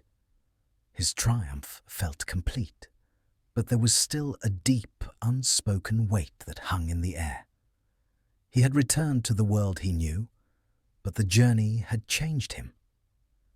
The Minotaur's death was but one victory in the long march of his life, and his heart was filled with a quiet sense of reflection as the ship carried him and his crew toward Athens. Ariadne, standing on the deck beside him, seemed distant. Her gaze, often soft and filled with a quiet wisdom, was now lost in the but vast expanse of the sea. Theseus could not help but notice the change in her. The joy of their shared victory had not been enough to ease the heavy burden that she carried with her. Theseus knew that Ariadne had helped him, had played a critical role in the defeat of the Minotaur, but the cost of that victory had left her in turmoil. She was no longer a princess in the kingdom of Crete, no longer the beloved daughter of King Minos. She had sacrificed everything for the sake of his mission, and now, in the wake of that sacrifice, she found herself lost. Ariadne had no home to return to. The labyrinth was behind her, but so too were the people she had once known. The gods had played their parts in her fate, and Theseus, though grateful, could not ease the deep sorrow that filled her heart. She had given everything for a cause that was not hers, and now she stood at the edge of an uncertain future. Theseus, ever focused on the road ahead, did not fully understand the weight of her loss. His mind was set on his return to Athens, on the celebration that awaited him, on the future that lay in his city. The people would hail him as a hero, the man who had rid them of the monster in the labyrinth. His triumph would be immortalized in songs and stories, and he would be remembered as the one who overcame the gods' cruel demands. But Ariadne was not part of that future. She had been the quiet force behind his victory, but she had no place in the city he was heading toward. As they neared the shores of Athens, the mood on the ship shifted. The crew, once quiet and reverent in the presence of Theseus, now buzzed with anticipation. They were returning home, their mission accomplished, their victory assured. Theseus stood tall, the image of a conquering hero, but inside there was a knot of unease. He knew that Ariadne's heart was heavy, and that her fate was not one that could be easily ignored. Yet he did not know how to address it. She had given him the means to escape the labyrinth, but now, as they sailed toward Athens, she was facing an uncertain future, one that Theseus could not promise to shape for her. When the shores of Athens finally came into view, a great cheer rose from the crew. Theseus's heart swelled with pride. He had fulfilled his promise to his city, to the people who had sent him to face the Minotaur. He would be celebrated, remembered, and honored. The fear that had gripped Athens for so long was gone, and the future, bright and open, stretched before him. But as the ship docked at the port, Theseus turned to Ariadne. Her face was pale, her eyes distant, as though the sea had swept away the last traces of the warmth she had once carried. She had no place here in Athens, no role to play in the city that Theseus would soon rule. It was a harsh reality, one that Theseus could not escape. He had promised her nothing, and yet he had taken everything from her: the labyrinth, the life she had known, the future she had imagined. Ariadne, seeing the look in Theseus's eyes, knew that her journey with him had come to an end. She had helped him, had guided him through the darkness of the labyrinth. But now she stood at a crossroads. Her heart had once been tied to Crete, to her family, but those ties had been severed. Theseus, though a hero in her eyes, was not her future. She could not stay with him, could not follow him into a city that had no place for her. With quiet resolve, Ariadne made a decision. She would leave Athens, leave behind the man who had once been her companion, and find her own path. The gods had led her to this moment, and though her heart was heavy, she knew that her journey had not been in vain. The labyrinth, the Minotaur, and the bonds she had formed with Theseus had all been part of her fate. But now her fate lay elsewhere. As Theseus prepared to disembark, he turned to find Ariadne already walking toward the shore. The weight of her decision, though unspoken, hung between them. He knew in his heart that she was leaving. She had helped him to victory, and now, in silence, she was walking away. Theseus watched her disappear into the crowd, the ache of her absence settling into his chest. The city of Athens awaited him, its streets filled with the sound of celebration. His victory was complete, but as the cheers of his people filled the air, Theseus knew that something important had been lost along the way. The journey had changed him, and though the people of Athens would honor him as a hero, he would never forget the quiet sacrifice of the woman who had helped him to find his way through the darkness. Ariadne stood alone on the shores of Naxos, the island where Theseus had abandoned her. The sea stretched out before her, its calm surface betraying the storm that raged within her heart. The wind, once a gentle whisper, now seemed to mock her with its soft, constant pull. She had given everything for Theseus, the thread, the guidance, the hope, and in return, he had left her behind without a second glance. She had helped him, guided him through the labyrinth, helped him slay the Minotaur and escape the labyrinth's suffocating hold. She had played a vital role in his victory, but what had she gained in return? Nothing. Theseus had promised nothing to her, and now, As she watched the ship carrying him and his crew vanish into the distance, she realized that her place in his life had always been fleeting. Naxos, though beautiful, felt foreign to her. The island was a place of serenity, a peaceful refuge from the chaos of Crete. But to Ariadne, it was now a place of exile. She had no family here, no connections.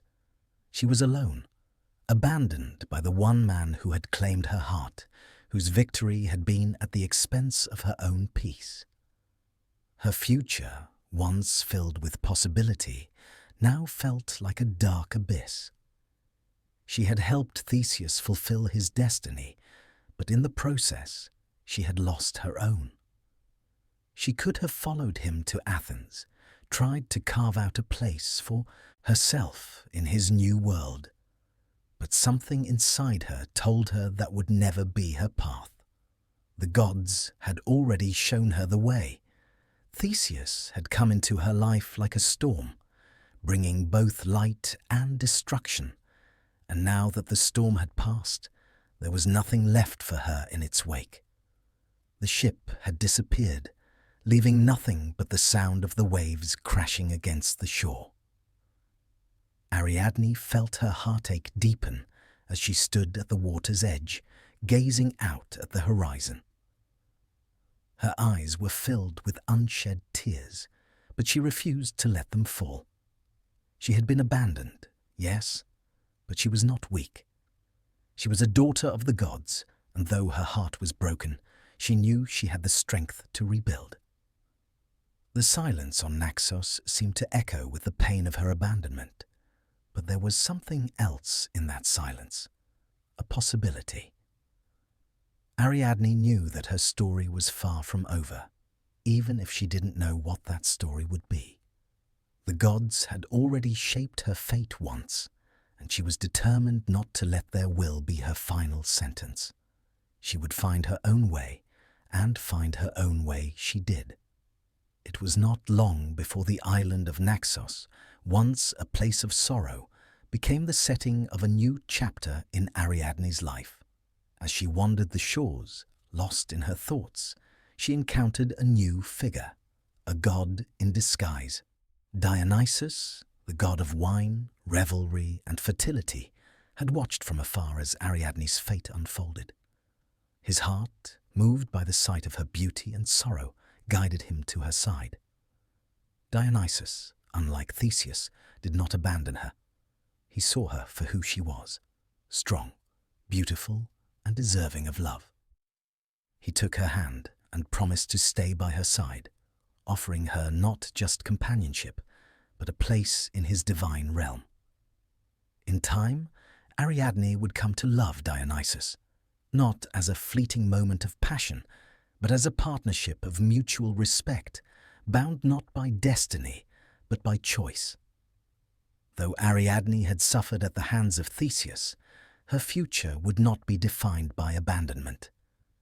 Dionysus would become her husband, and together they would have children, and their union would bring forth joy, celebration, and freedom.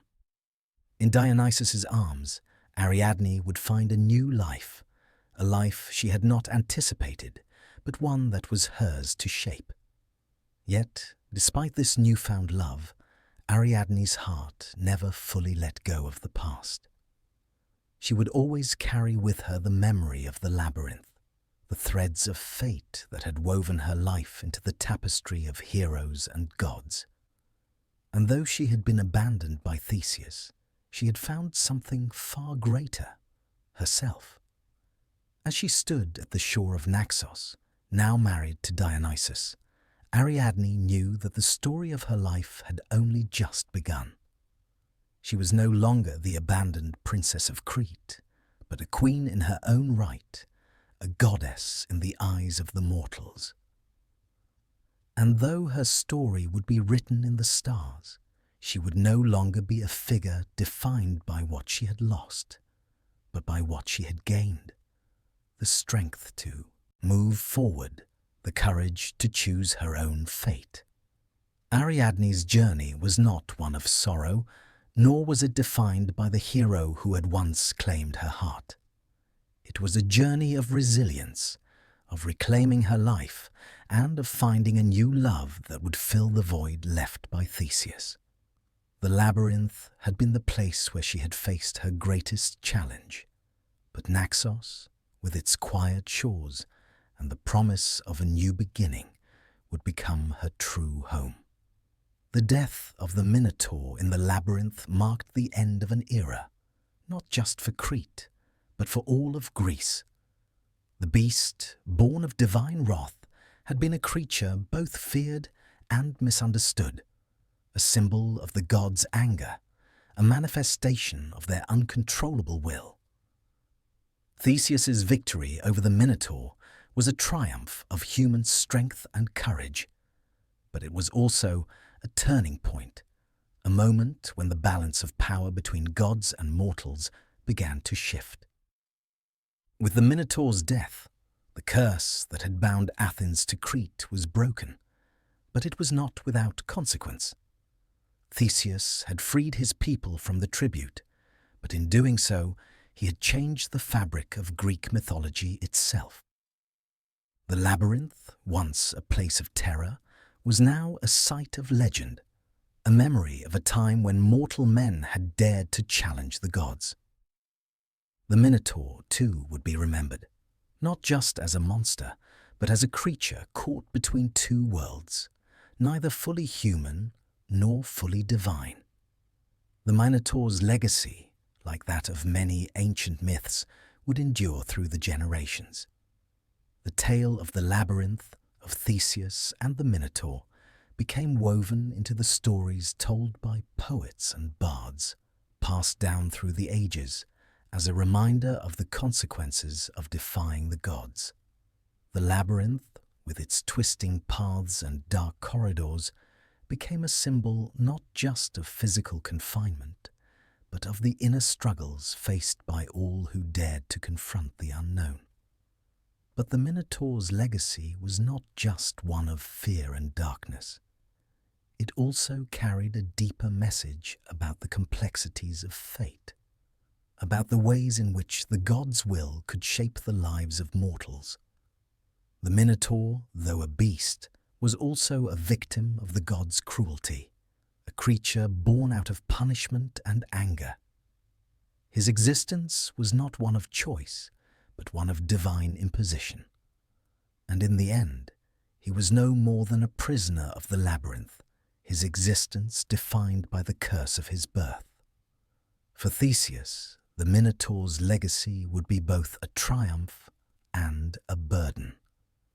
He had freed Athens from its yearly tribute, but the victory came with its own set of challenges. He would be hailed as a hero, but his actions had also set into motion a series of events that would shape the course of his life. The gods, though impressed by his bravery, were not without their own agendas, and Theseus, like many heroes before him, would find that the gods' favour was often fleeting. The story of the Minotaur and Theseus became a central myth in Greek culture, but its influence stretched beyond the confines of myth. It was a story that spoke to the human desire to overcome obstacles, to challenge fate, and to seek redemption in the face of seemingly insurmountable odds. The labyrinth, as a symbol, became a metaphor for the struggles faced by all who sought to overcome their own inner demons, to find their way out of the darkness. In the centuries that followed, the Minotaur's legacy would continue to inspire those who faced their own labyrinths, whether literal or metaphorical. The story of the Minotaur, though rooted in the past, would live on as a reminder of the complexities of fate, the consequences of divine wrath, and the enduring power of human courage. And what of Theseus? His victory over the Minotaur would forever define his legacy, but it would also mark the beginning of his fall. The gods, in their fickleness, would soon turn their eyes upon him. His actions, once celebrated, would come back to haunt him, and the hero who had slain the Minotaur would one day find himself caught in the web of divine retribution. The Minotaur, in his death, had been freed from the labyrinth.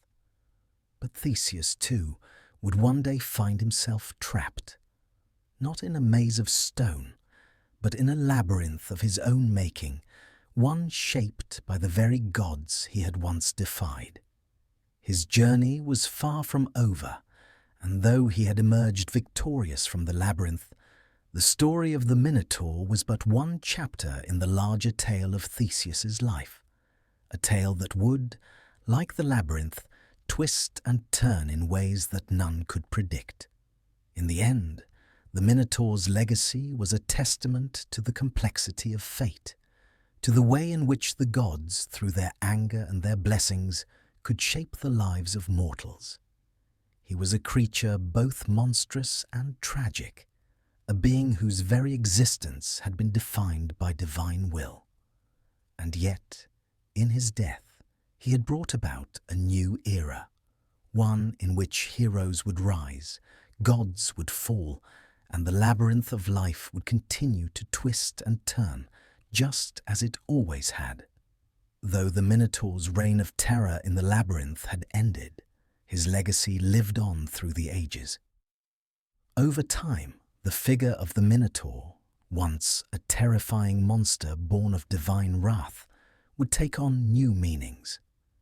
He would transform from a creature of fear and punishment into a symbol that inspired artists, writers, and philosophers alike, echoing through art and culture as a complex figure, one that represented both darkness and light, human frailty and divine vengeance.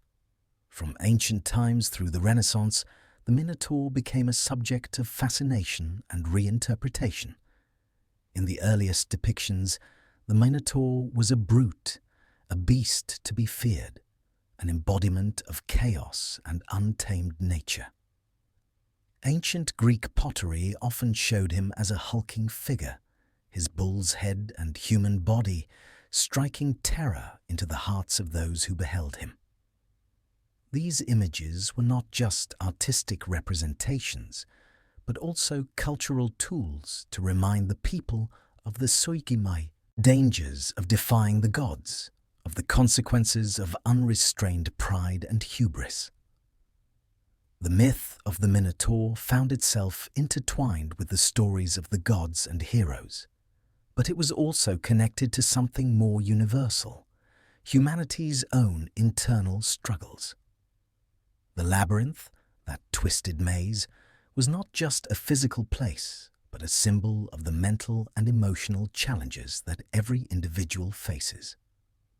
The Minotaur, the creature born of forbidden love, became a representation of the darker aspects of human nature, the part of us that is driven by primal instincts, by passions that threaten to overtake reason.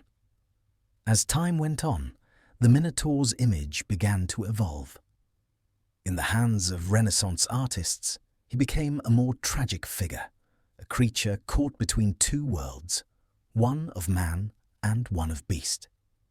Artists like Caravaggio and later Picasso would explore this duality, creating works that depicted the Minotaur not just as a monster to be slain, but as a creature of complexity, a being who both terrified and evoked sympathy.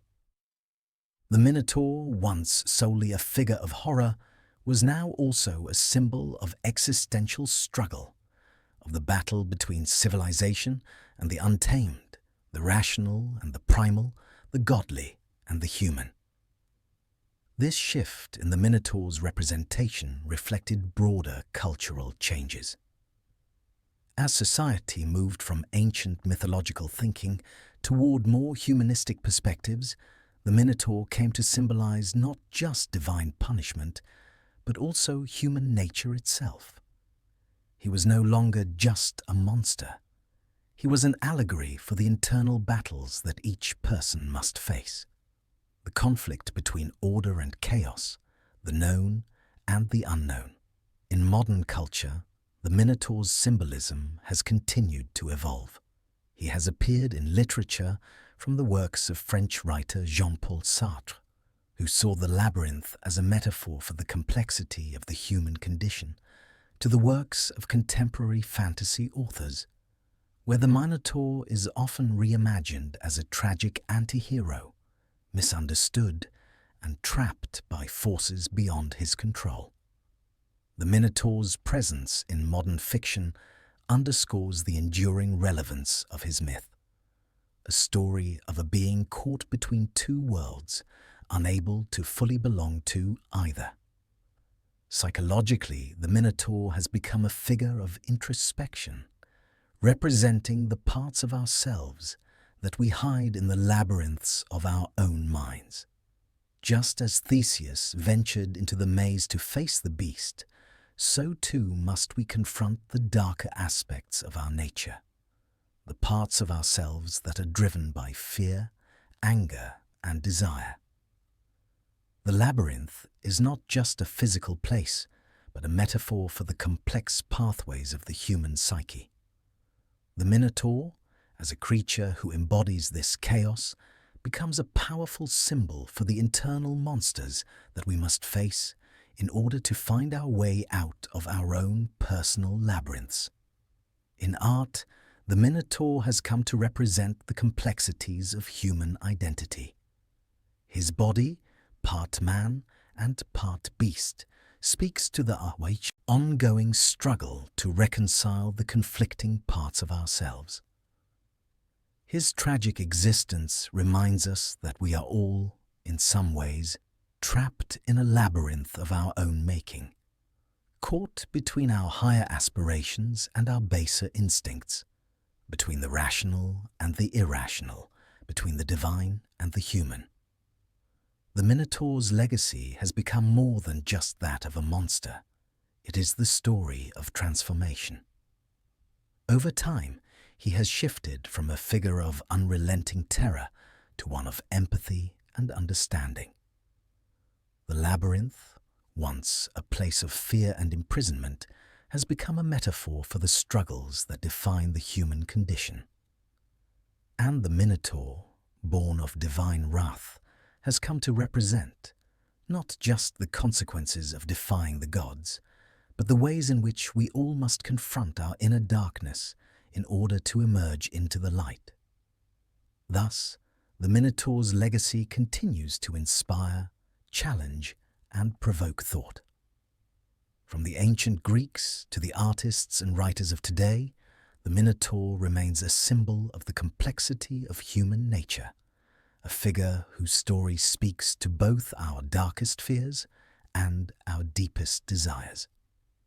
As long as the labyrinth exists within the human soul, the Minotaur will continue to live on, forever intertwined with the stories we tell about ourselves and the world around us.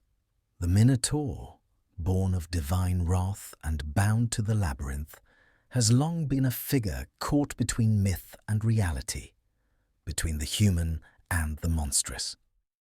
His story, steeped in ancient Greek mythology, continues to resonate in modern culture, where his legacy has taken on new forms and meanings.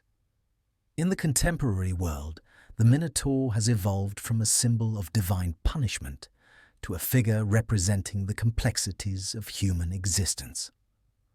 Today, he is interpreted in a variety of ways, sometimes as a tragic figure, sometimes as a reflection of the internal battles that define the human experience. In modern literature, the Minotaur is often used as a metaphor for the struggles of the human condition. Just as Theseus entered the labyrinth to face the Minotaur, modern readers are often asked to confront the monsters within themselves, the fears, desires, and impulses that lurk in the darkest corners of the psyche. The labyrinth, a structure built to confound and entrap, becomes a metaphor for the internal maze that each person navigates throughout their life. The Minotaur, once a literal monster, becomes a symbol of the emotional and psychological obstacles that everyone must overcome. In Jean-Paul Sartre's existential philosophy, for example, the Minotaur can be seen as a representation of the absurdity of existence. The labyrinth is a place of confusion, a space where meaning is elusive and where the search for purpose can feel endless. The Minotaur itself, trapped in the maze, becomes a reflection of humanity's own struggle to find meaning in a world that often seems indifferent or hostile. Sartre's interpretation of the labyrinth as a symbol of existential despair elevates the Minotaur from a mythological creature to a symbol of the very human condition, one defined by uncertainty, isolation, and the constant search for purpose. In modern psychological interpretations, the Minotaur is often viewed as a representation of the shadow aspect of the self, a concept introduced by Carl Jung. According to Jungian psychology, the shadow is the unconscious part of the psyche that contains repressed thoughts, desires, and emotions. The Minotaur, with his animalistic nature and dark existence, embodies these hidden and often feared aspects of the human mind. In this context, the labyrinth represents the unconscious, a place where one must confront the darker elements of the self in order to achieve psychological integration and wholeness. By confronting the Minotaur within the labyrinth, Theseus undergoes a journey of self-discovery, and so too must modern individuals face their own inner monsters. Whether these monsters are fears of failure, insecurities, or repressed desires, the Minotaur's presence in the labyrinth serves as a reminder that the path to self-realization often requires us to confront and understand the darker aspects of our personalities. It is not enough to simply defeat the Minotaur. One must also learn from the encounter, integrating its lessons into the conscious self. In popular culture, the Minotaur continues to appear in films, books, and television shows, often reimagined to fit the narrative needs of the modern world. In some depictions, the Minotaur is no longer a mere creature of terror, but a tragic figure caught between two worlds, half man, half beast, neither fully belonging to either. In the 1980s film The Black Cauldron, for example, the Minotaur is portrayed as a fearsome warrior, but also as a misunderstood figure, one whose actions are driven by forces beyond his control. Similarly, in Pan's Labyrinth by Guillermo del Toro, creatures like the Faun and the Pale Man represent the tension between innocence and violence, much like the Minotaur symbolizes the blurred line between humanity and monstrosity. In literature, the Minotaur continues to be reinterpreted as a complex character. In The Minotaur by Peter Dickinson, the creature is reimagined as a misunderstood figure who becomes the center of a rich and introspective narrative. The Minotaur is not merely a monster to be defeated, but a creature who, in his own way, suffers from the curse of his existence. This portrayal highlights the inherent tragedy of the Minotaur. Born out of divine punishment, he is doomed to live a life of torment and isolation, never knowing peace or acceptance. In this modern retelling, the Minotaur becomes a reflection of the deep inner turmoil that all individuals face in a world that often demands conformity and separation from one's true self. In a broader sense, the Minotaur's enduring presence in modern media speaks to the timelessness of his myth. His story resonates because it speaks to something universal, the tension between civilization and primal instinct, between order and chaos, between light and darkness. The Minotaur is both a creature of monstrous violence and a victim of fate, trapped by forces beyond his control.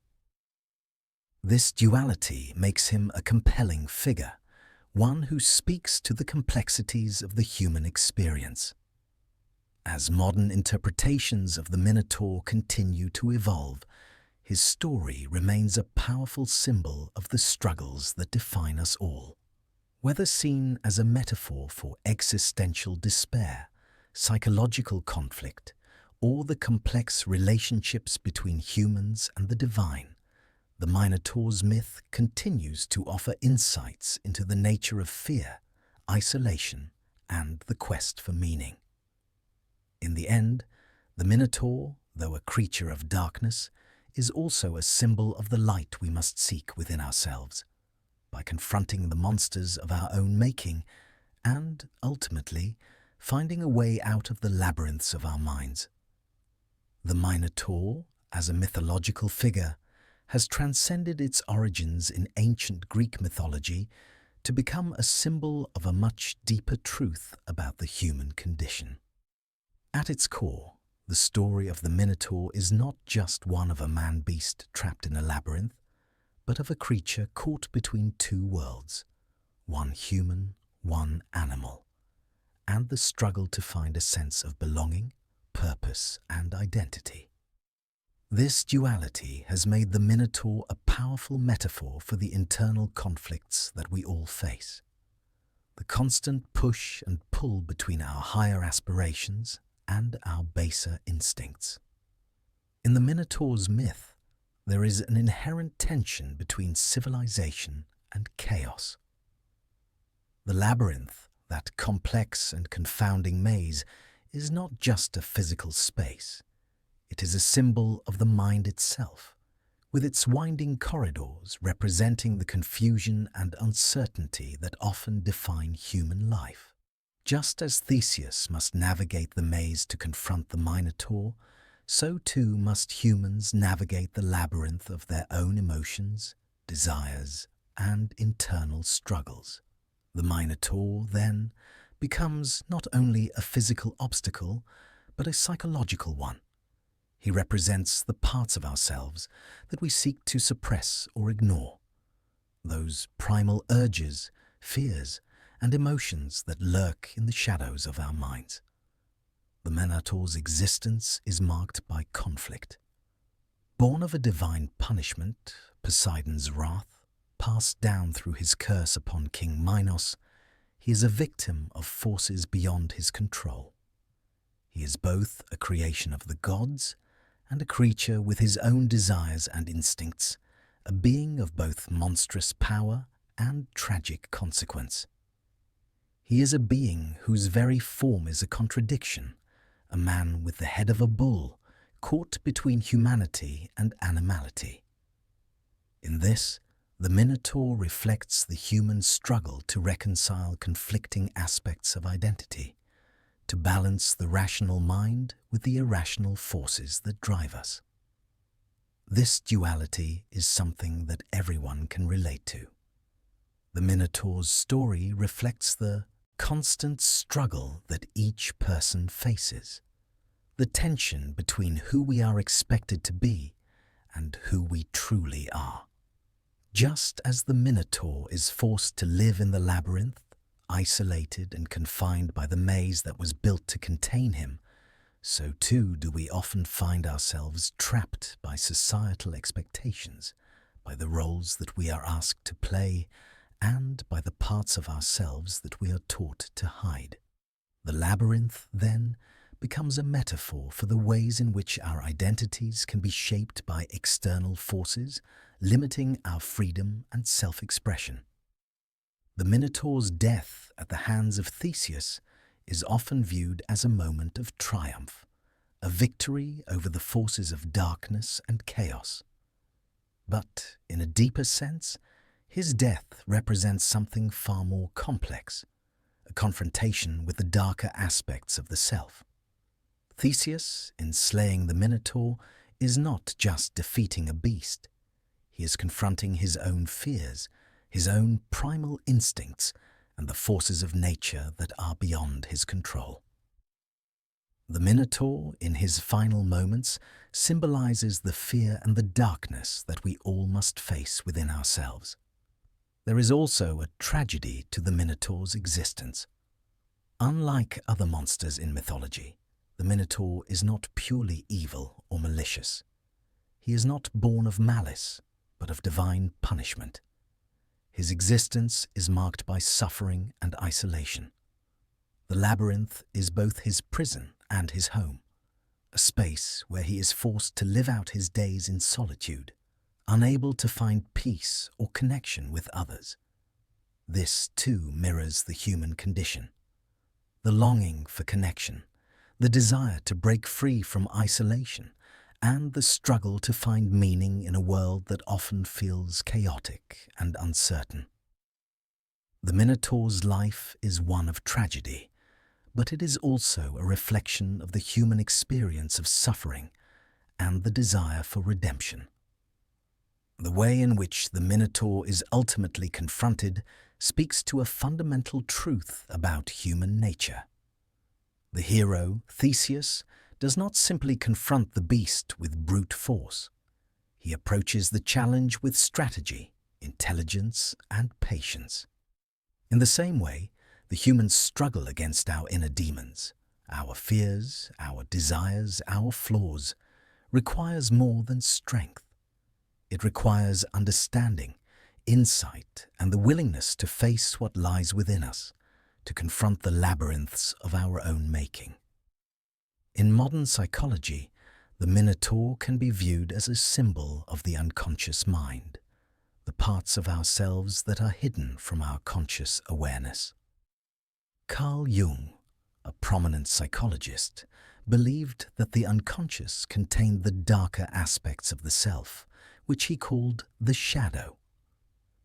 The Minotaur, in this context, represents the shadow, the parts of our personalities that we refuse to acknowledge, the fears and desires that we bury deep within. Just as Theseus must enter the labyrinth to face the Minotaur, so too must we enter our own inner labyrinths to confront our own shadows. The labyrinth then becomes a journey of self-discovery on the quest to understand the parts of ourselves that we would rather ignore. It is not enough to simply defeat the Minotaur. We must learn from him, recognize the parts of ourselves that he embodies, and integrate those parts into our conscious lives. This process of integration is a difficult one, but it is the key to personal growth and transformation. The Minotaur, in his tragic existence, offers us the opportunity to confront our own darkness and emerge stronger, more whole. The myth of the Minotaur is not only one of strength, courage, and conflict. It is also a story deeply intertwined with the concept of fate. Fate, in ancient Greek mythology, was a powerful and often inescapable force, one that dictated the lives of both gods and mortals.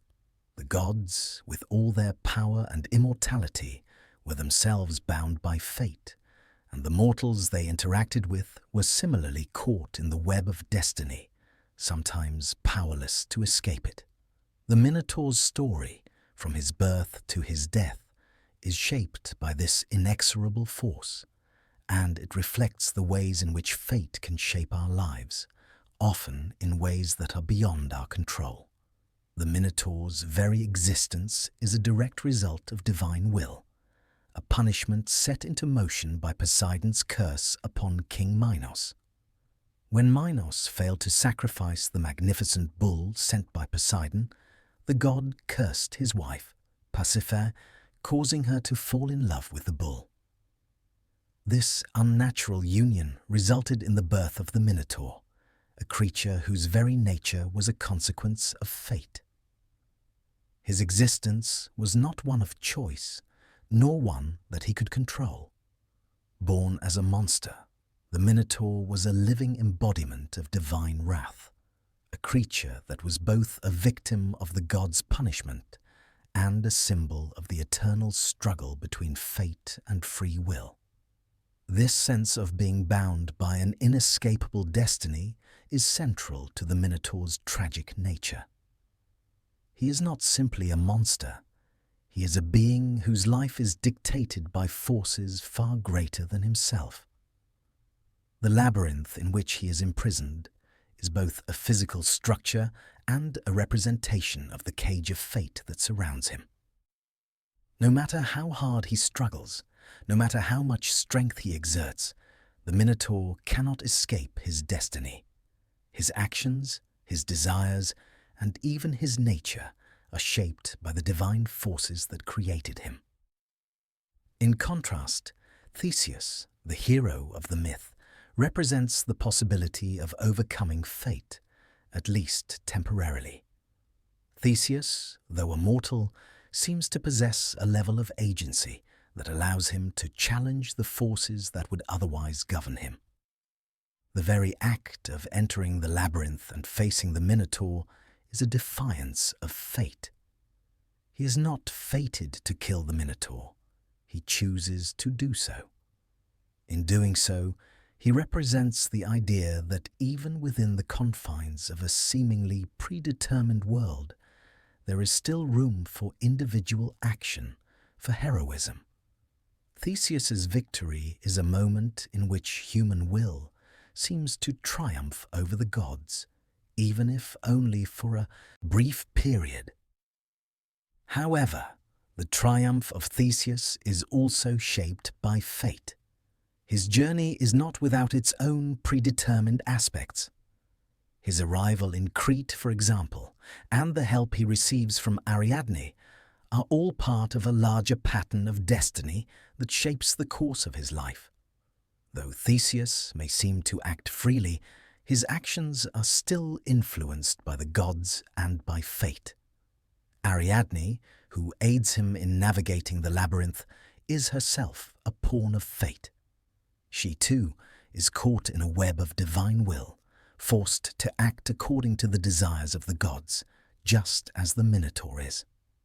Theseus's victory over the Minotaur can, in part, be seen as a fleeting escape from the constraints of fate, but even his actions are not entirely his own. The gods, who have shaped the course of events from the beginning, continue to play a role in his journey. The aftermath of the Minotaur's death, too, brings consequences.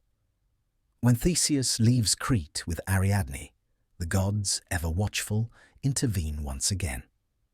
Ariadne, who had been so integral to his victory, is abandoned by Theseus on the island of Naxos, and her fate, shaped by the will of the gods, takes a different path. Her abandonment, too, is a part of the larger pattern of fate that governs their lives. The Minotaur's death, while a triumph for Theseus, does not signify the end of fate's influence. Theseus, as a mortal, will eventually be bound by fate in other ways.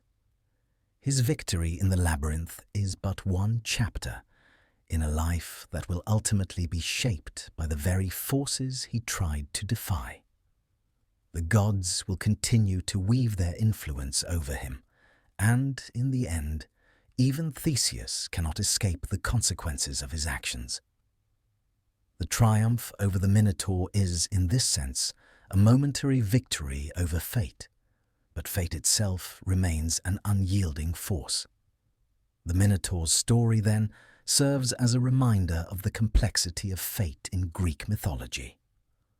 While the Minotaur is doomed to live out his days in the labyrinth, defined by the punishment of the gods, his story is also one of reflection on the nature of existence itself. The labyrinth symbolizes not only physical confinement, but also the psychological and emotional constraints that come with being trapped by fate. In contrast, Theseus represents the human desire to break free from these constraints, to challenge the gods and carve out his own path. But even Theseus, in his moment of victory, is not immune to the power of fate. Ultimately, the Minotaur's tale is one of fate and free will, of gods and mortals, and the eternal struggle between the two. The labyrinth, the Minotaur, and Theseus all represent different facets of this struggle. The Minotaur, as a creation of fate, is bound by the god's will, while Theseus, through his defiance, embodies the possibility of human agency. Yet, in the end, neither can escape the overarching power of fate. The Minotaur, caught in the labyrinth of divine punishment, and Theseus, caught in the labyrinth of human destiny, are both examples of the ways in which fate shapes the lives of both gods and mortals. The myth of the Minotaur is inextricably linked to the concept of sacrifice, not only as a physical act, but as a symbol of the larger cycle that governs the lives of both mortals and gods. The Minotaur, born of divine wrath and imprisoned in the labyrinth, was the result of a sacrifice unfulfilled, a broken promise made by King Minos to Poseidon. Minos had failed to honor the god's wishes, and the consequences of that failure were embodied in the creation of the beast. As such, the Minotaur becomes a symbol of the god's desire for balance and retribution, a creature who embodies the divine demand for sacrifice in a world where promises and pacts are often broken. In ancient Greece, sacrifice was an essential part of religious life. It was believed that sacrifices, whether of animals or, in the case of the Minotaur, of humans, were a way to appease the gods, to maintain the natural order, and to honor the divine. However, the nature of sacrifice in the Minotaur's story is not just about appeasing the gods. It is also about the consequences of failing to uphold one's promises, of breaking an agreement with the divine. King Minos's refusal to sacrifice the bull that Poseidon had sent as a token of divine favor set into motion a chain of events that led to the creation of the Minotaur and the ongoing cycle of human sacrifice that followed. Each year, Athens was forced to send its best and brightest young men and women to Crete as offerings to the Minotaur, who was kept imprisoned in the labyrinth. These young people were sent to die, their lives traded in exchange for the city's survival and the hope of appeasing the gods. The tribute to the Minotaur became an annual ritual, one that echoed the earlier divine sacrifice that had brought the beast into being. In a twisted sense, the Minotaur was both the consequence of a broken promise and the means by which the gods were appeased through the sacrifice of the innocent. The young Athenians were sacrificed to the labyrinth as a way to maintain the balance of the world, to honor the gods' will, and to protect their city. The cycle of sacrifice is one of the central themes in the Minotaur's myth. It reflects the broader tension between the gods and mortals, between the demands of the divine and the lives of those who must submit to them. The sacrifices to the Minotaur were not just about physical death. They were a reflection of the moral and emotional cost of living in a world governed by the gods. Theseus's journey into the labyrinth and his eventual victory over the Minotaur represents a break in this cycle of sacrifice. His triumph is not just the defeat of a beast. It is the end of a tradition that has long enslaved his people, that has forced them to give up their children in exchange for survival. In a sense, Theseus's victory marks the end of the old way of thinking, of the idea that sacrifices must be made to appease the gods and maintain balance in the world. The Minotaur, as a figure of divine wrath, embodies the old system, one where the gods demand blood in exchange for favor, where mortals are bound by their agreements and forced to live in fear of divine retribution. But Theseus, through his courage and determination, challenges this old order.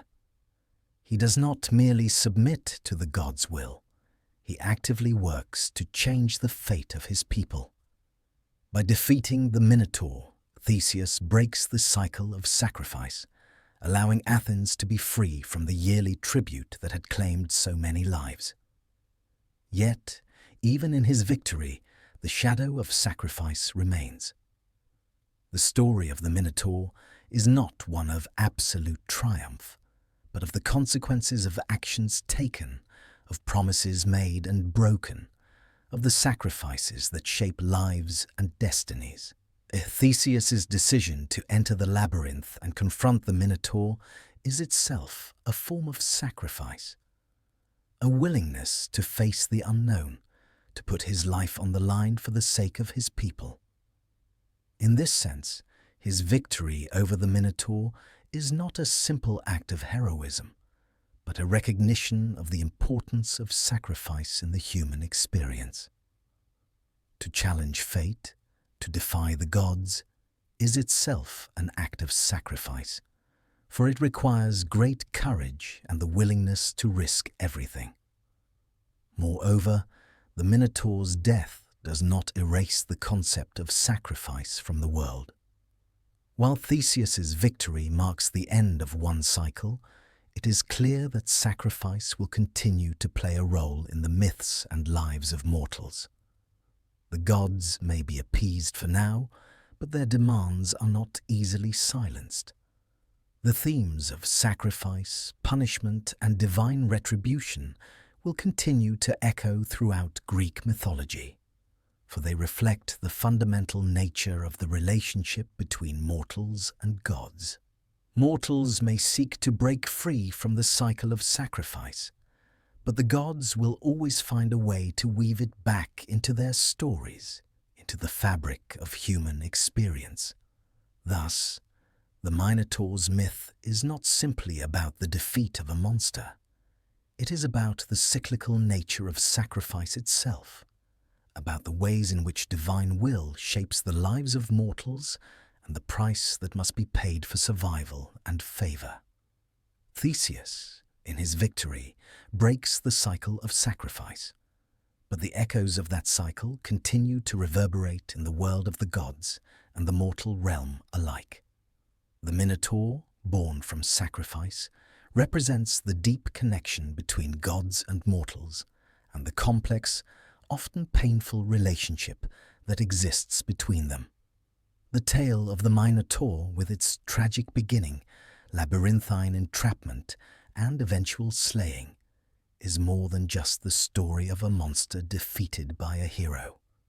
It is, at its heart, a story of human heroism, of an individual facing overwhelming odds to challenge fate, to bring an end to a cycle of terror, and to prove that, even in a world ruled by the gods, human will and courage can defy the impossible. The very nature of heroism in the story of the Minotaur is steeped in sacrifice, perseverance, and ingenuity.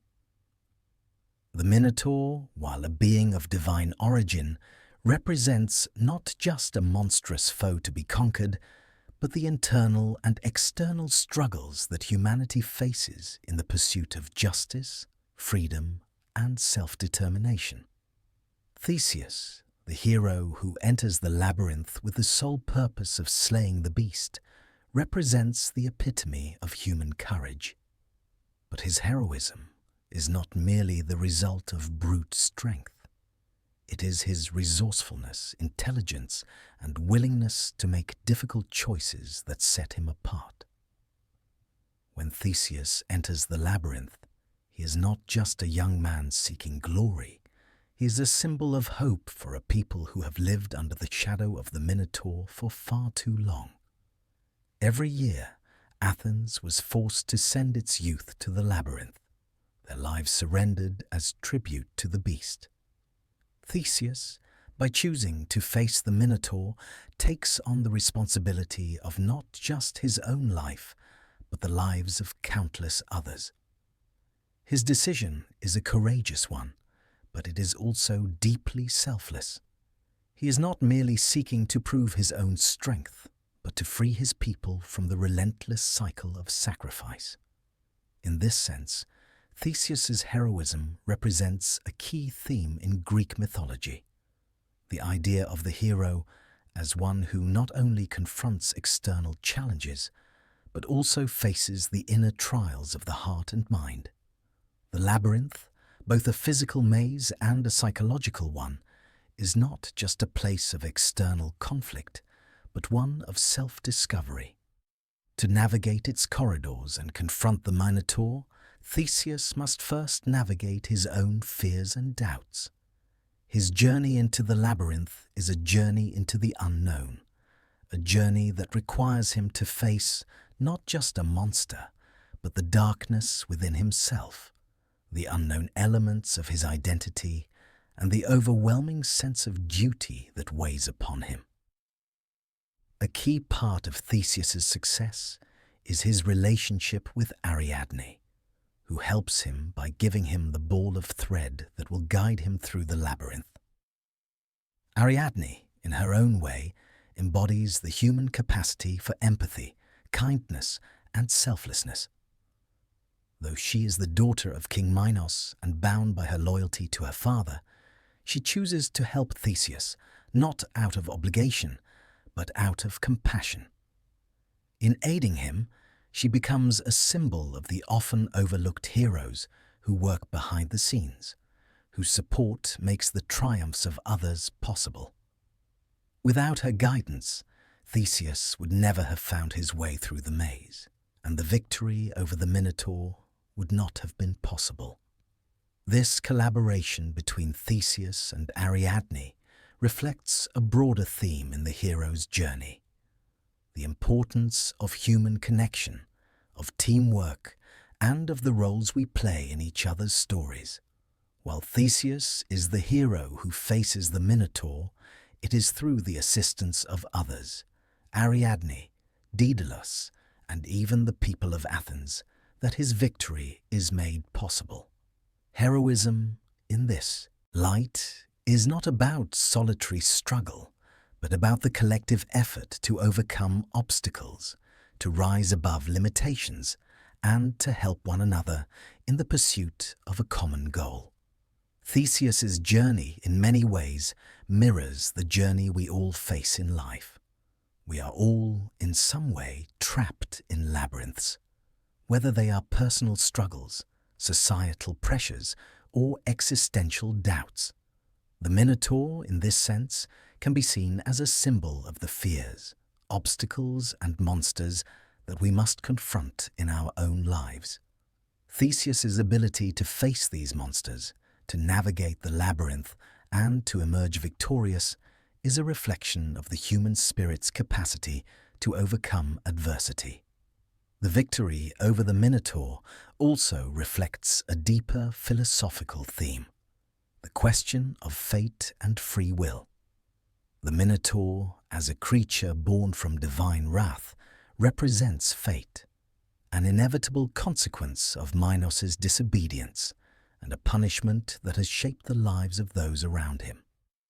Yet Theseus, by choosing to face the Minotaur, demonstrates that, even within a world governed by the gods, human agency still has a role to play. His victory over the beast is not just the result of divine intervention, but of human choice. Theseus chooses to challenge fate, to fight against the forces that would confine him to a role of mere victimhood. The heroic act of defeating the Minotaur, then, becomes a metaphor for the larger struggle of life. It is not about defeating external forces of evil alone, but about asserting one's agency in a world where fate often seems uncontrollable. Theseus represents the human drive to confront the obstacles in our lives, to make choices that transcend the limits set by our circumstances, and to forge a path toward something greater. In the end, Theseus's victory is not just about conquering the Minotaur. It is about conquering the limitations that we all face. It is about defying the maze of our own fears, doubts, and uncertainties, and finding our way out of the labyrinth to a place of clarity, purpose, and freedom. The Minotaur, though a monster, serves as a reminder that even the most terrifying challenges can be overcome, not by strength alone, but by courage, wisdom, and the will to persevere. The myth of the Minotaur is not just the story of a monstrous creature or a heroic quest. It is also a powerful exploration of the influence of the gods in the lives of mortals.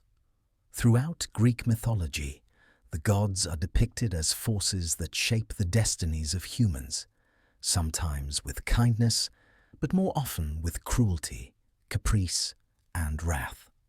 The Minotaur's existence, from his birth to his eventual defeat, serves as a stark reminder of how the divine will can dictate the lives of mortals, often without mercy. The creation of the Minotaur is the result of Poseidon's anger toward King Minos, who had failed to honor the god's request. Poseidon, the god of the sea, sent a magnificent bull as a sign of his favor, expecting Minos to sacrifice it in the god's honor. When Minos, overcome by his pride and desire for power, kept the bull for himself, Poseidon responded with a curse. He caused Minos' wife, Pasiphae, to fall in love with the bull, resulting in the birth of the Minotaur. From the very moment of the beast's conception, it is clear that the Minotaur's existence is a consequence of the god's will. His monstrous form and tragic fate are not his own choosing. They are the result of divine punishment, a punishment for Minos' defiance of the gods. The god's intervention in the Minotaur's story highlights a central theme in Greek mythology: the power of the divine to shape mortal lives. Mortals in these myths are often at the mercy of the gods, their actions determined by the whims of the divine. Minos, though powerful as a king, is powerless in the face of Poseidon's wrath. The gods, in their jealousy, pride, and desire for control, intervene in the lives of mortals, often in ways that are cruel and destructive. In this case, Poseidon's curse creates the Minotaur, and the consequences of that divine intervention ripple through the lives of those involved. Minos, in his pride, has unknowingly set in motion a chain of events that will lead to the suffering of his people and the sacrifice of his own family. The gods' influence is shown to be far-reaching, and their wrath is indiscriminate. It does not just affect the guilty, but also those who are caught in the divine crossfire. Pasiphae, though innocent of her husband's actions, is forced to endure a curse that defies reason and natural law. In the end, the Minotaur becomes not only a victim of the god's wrath, but also a symbol of how mortals are caught in the power struggle between the divine and human worlds. The role of the gods does not end with the birth of the Minotaur. Their influence continues to be felt throughout the myth. The labyrinth built by Daedalus is another symbol of divine intervention. It is not just a physical maze, but a prison designed to contain the Minotaur, to trap him in isolation as punishment for his existence. The labyrinth, with its twisting corridors and dead ends, is a creation of the gods, a place where the Minotaur is meant to remain, forgotten and hidden from the world. It is the gods' way of ensuring that the creature born from their wrath will never escape his punishment. The gods' influence is also evident in the way Theseus is guided toward his goal. While it is Theseus's bravery, cunning, and determination that ultimately lead him to defeat the Minotaur, he is aided by the gods in a way that echoes the complex relationship between mortals and divinity in Greek mythology. Ariadne, the daughter of Minos, helps Theseus by giving him the ball of thread that will guide him through the labyrinth. While Ariadne's assistance is an act of love and compassion, it is also the result of divine influence. The gods, through Ariadne, play a subtle role in Theseus's success. In this way, the gods are always present, shaping the course of events, sometimes as protectors, sometimes as obstacles. The Minotaur's death, while a moment of victory for Theseus and Athens, does not mark the end of divine influence. The gods, though they may allow mortals to claim victories, rarely allow them to remain unpunished for long. Even as Theseus returns to Athens in triumph, he is unaware that the gods' retribution is waiting for him. The gods, ever watchful, will soon exact their price for his defiance. His victory over the Minotaur is just one moment in a larger cycle of fate and divine retribution. In many ways, the Minotaur's story serves as a warning about the power of the gods and the consequences of defying them. Even the greatest of heroes, like Theseus, cannot escape the will of the divine. Theseus's journey through the labyrinth is a testament to human courage, but it is also a reminder that no matter how heroic the act, the gods' influence is inescapable. The Minotaur's birth, life, and death are all shaped by the gods' will, and, in the end, they remain the ultimate forces that govern the destinies of mortals. The Minotaur, in his role as both a victim and an agent of divine wrath, reflects the dual nature of the gods themselves. They are capable of great kindness, but they are also capricious and vengeful, often using mortals as pawns in their larger cosmic game. The Minotaur's myth serves as a reminder that, for all their strength and ingenuity, mortals are always subject to the whims of the gods, and their lives are shaped by forces beyond their control. The myth of the Minotaur, with its complex layers of divine retribution, heroism, and fate, also serves as a profound metaphor for the internal struggles that define the human experience. While the Minotaur himself is an external creature, born of divine anger and existing as a literal monster, his story resonates with universal themes of conflict, fear, and self-discovery. The labyrinth in which he is trapped represents not just a physical maze, but the psychological and emotional mazes that every individual must navigate. In this way, the Minotaur becomes a symbol of the struggles we all face within ourselves. At the heart of the Minotaur's myth is the idea of being trapped. The labyrinth, built by Daedalus, is a maze designed to contain the Minotaur, to keep him hidden from the world and isolated in a place where he cannot escape. This isolation mirrors the ways in which individuals often feel trapped in their own lives, whether by fear, doubt, guilt, or circumstance. Just as the Minotaur is bound to the labyrinth, we are often bound by our own psychological traps, unable to escape the emotions or thoughts that hold us captive. The Minotaur's monstrous form, half man, half beast, also speaks to the internal conflict that many people experience. He is both human and animal, rational and primal, trapped in a body that reflects the tension between civilization and instinct. This duality is a powerful metaphor for the human struggle between our higher aspirations and our base desires. The beast within the Minotaur is a representation of the darker, more animalistic parts of ourselves, those impulses, desires, and fears that we often try to suppress. Yet, just as the Minotaur cannot escape the labyrinth, we too can find ourselves unable to escape these darker parts of our nature, which can sometimes control us, even when we try to deny them. In the story, The Minotaur is not born as a monster of his own making. His existence is the result of Poseidon's curse and the failure of Minos to fulfill a divine promise. In this way, the Minotaur represents the consequences of actions beyond his control. He is, in many ways, a victim of the god's wrath, unable to escape his fate. This aspect of the Minotaur's story is also deeply relatable. Many people feel trapped by circumstances outside their control, be it family dynamics, societal expectations, or even past traumas.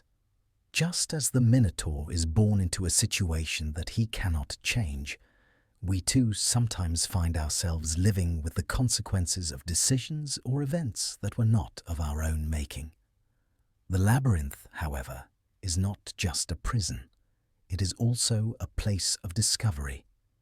Theseus's journey through the maze is not just one of physical navigation, but one of self-realization. He must rely on his wits, his courage, and his determination to find the Minotaur and defeat him. The labyrinth, in this sense, becomes a metaphor for the internal journey we all must take in order to face our fears, confront the darker parts of ourselves, and emerge stronger. The struggle within the labyrinth is not only against the Minotaur, but also against the parts of ourselves that are hard to face. Our flaws, our uncertainties, our darker impulses. Theseus must confront both the physical danger of the Minotaur and the mental and emotional challenges that the labyrinth represents.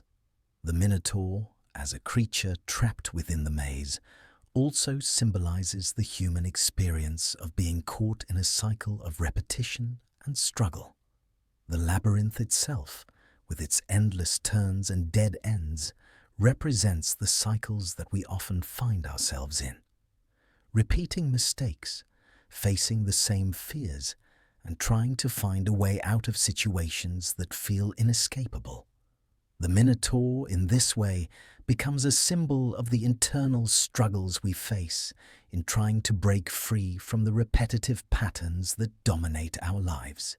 Theseus's victory over the Minotaur is not just a physical triumph. It is a metaphor for breaking free from these cycles of struggle and finding a new path forward. The death of the Minotaur marks the end of a cycle of fear, sacrifice, and punishment, but it is also the beginning of a new journey. Theseus's victory brings an end to the cycle of tribute that has plagued Athens, but it also marks the end of a chapter in his own personal journey. The labyrinth is no longer a place of terror. It has been conquered.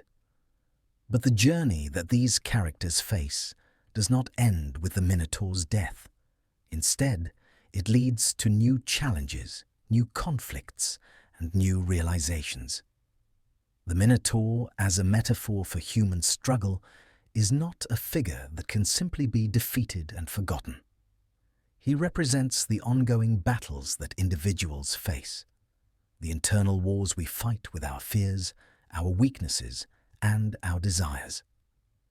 Theseus's victory over the Minotaur is a powerful moment of triumph, but it is also a reminder that the struggles we face are not always easily overcome.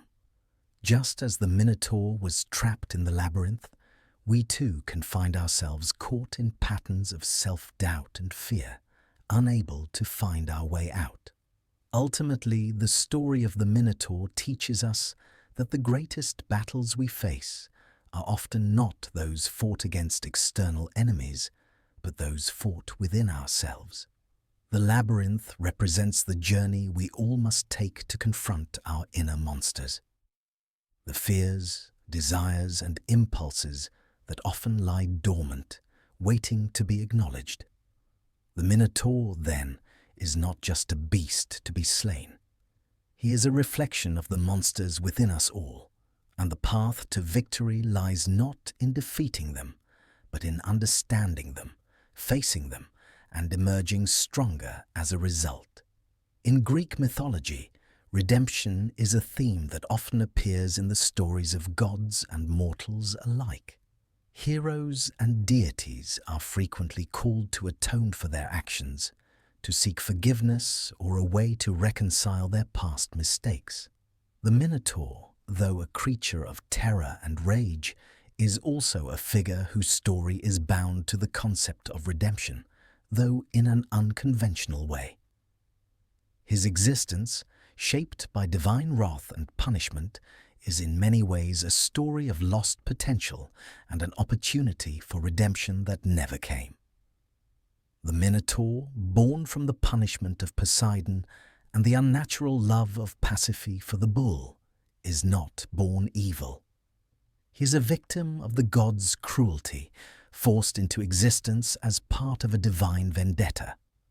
From the moment of his conception, the Minotaur is doomed to be a symbol of punishment, a being shaped by anger and vengeance. He lives in the labyrinth, hidden away from the world, a creature of darkness and isolation. In many ways, the Minotaur's life reflects the plight of those who are punished for the wrongdoings of others, born into circumstances that they had no power to change, trapped by forces beyond their control. Yet, in the context of his myth, the Minotaur also represents the possibility of redemption that is never realized. He is confined to the labyrinth, unable to escape, and he is killed by Theseus, the hero who seeks to free his people from the terror of the beast. The Minotaur's death, though it brings an end to his reign of fear, is also the end of his story, a story in which redemption is never achieved. He does not have the chance to change, to grow, or to seek a different path. His death is the conclusion of a life marked by the mistakes of others, and his potential for redemption remains unrealized. This lack of redemption for the Minotaur is both tragic and poignant. In many stories, even the most fearsome creatures are given a chance for redemption. Heroes are often tested, forced to face their past actions and make choices that lead to growth and transformation. The Minotaur, however, is denied this opportunity. He is not given a voice or agency in his fate. His life is marked by the wrath of the gods, and his end comes swiftly at the hands of Theseus. There is no moment of reconciliation or forgiveness. The Minotaur is simply an instrument of divine punishment, his death the final act in a story shaped by cruelty and vengeance. The absence of redemption for the Minotaur, however, does not diminish the moral complexity of his story. His life, trapped in the labyrinth, his existence defined by the anger of the gods, forces the audience to reflect on the consequences of divine retribution and the complexities of fate. His tragedy is not just that of a monster slain by a hero, but the tragedy of a being who never had the opportunity to change, to evolve, or to transcend the punishment imposed upon him. The Minotaur's fate speaks to the idea that sometimes people or creatures are punished for things they did not choose, and their stories are shaped by forces beyond their control. The myth of the Minotaur, when viewed through the lens of redemption, becomes a meditation on justice, mercy, and the potential for change. It raises the question, can a creature born from divine vengeance ever be redeemed? And what does redemption look like for those who are trapped by forces beyond their control? The Minotaur's story suggests that redemption is not always possible, and that not all stories end with transformation or atonement. Sometimes redemption is denied, and the consequences of divine anger are final and irrevocable. However, there is a parallel to be drawn between the Minotaur's fate and that of Theseus. While Theseus is often celebrated as a hero, his own journey is not without its own moral ambiguities. He, too, is shaped by forces beyond his control, though in a different way. Theseus's actions, his decision to enter the labyrinth and face the Minotaur, are motivated by a sense of duty and bravery, but they are also influenced by his desire to prove himself and bring an end to the cycle of sacrifice. In many ways, his victory is not just over the Minotaur, but over the darker forces within himself, his own pride, his own sense of destiny. The story of the Minotaur thus serves as a reminder that redemption is not always a straightforward path. For the Minotaur, redemption is denied. For Theseus, it is achieved in the moment of triumph, but the story does not end there. The gods, ever watchful, continue to shape the fates of mortals, and Theseus too will face consequences for his actions. Redemption, it seems, is not a final destination, but an ongoing process, one that is influenced by both divine and human will.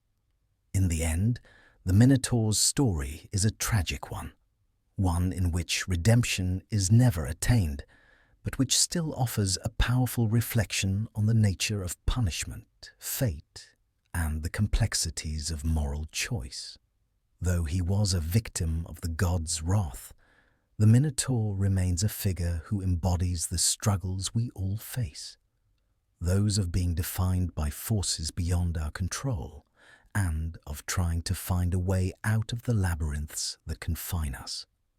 The myth of the Minotaur, when viewed through the lens of Joseph Campbell's hero's journey, offers a profound example of the classic archetypal pattern that defines many of the world's greatest myths.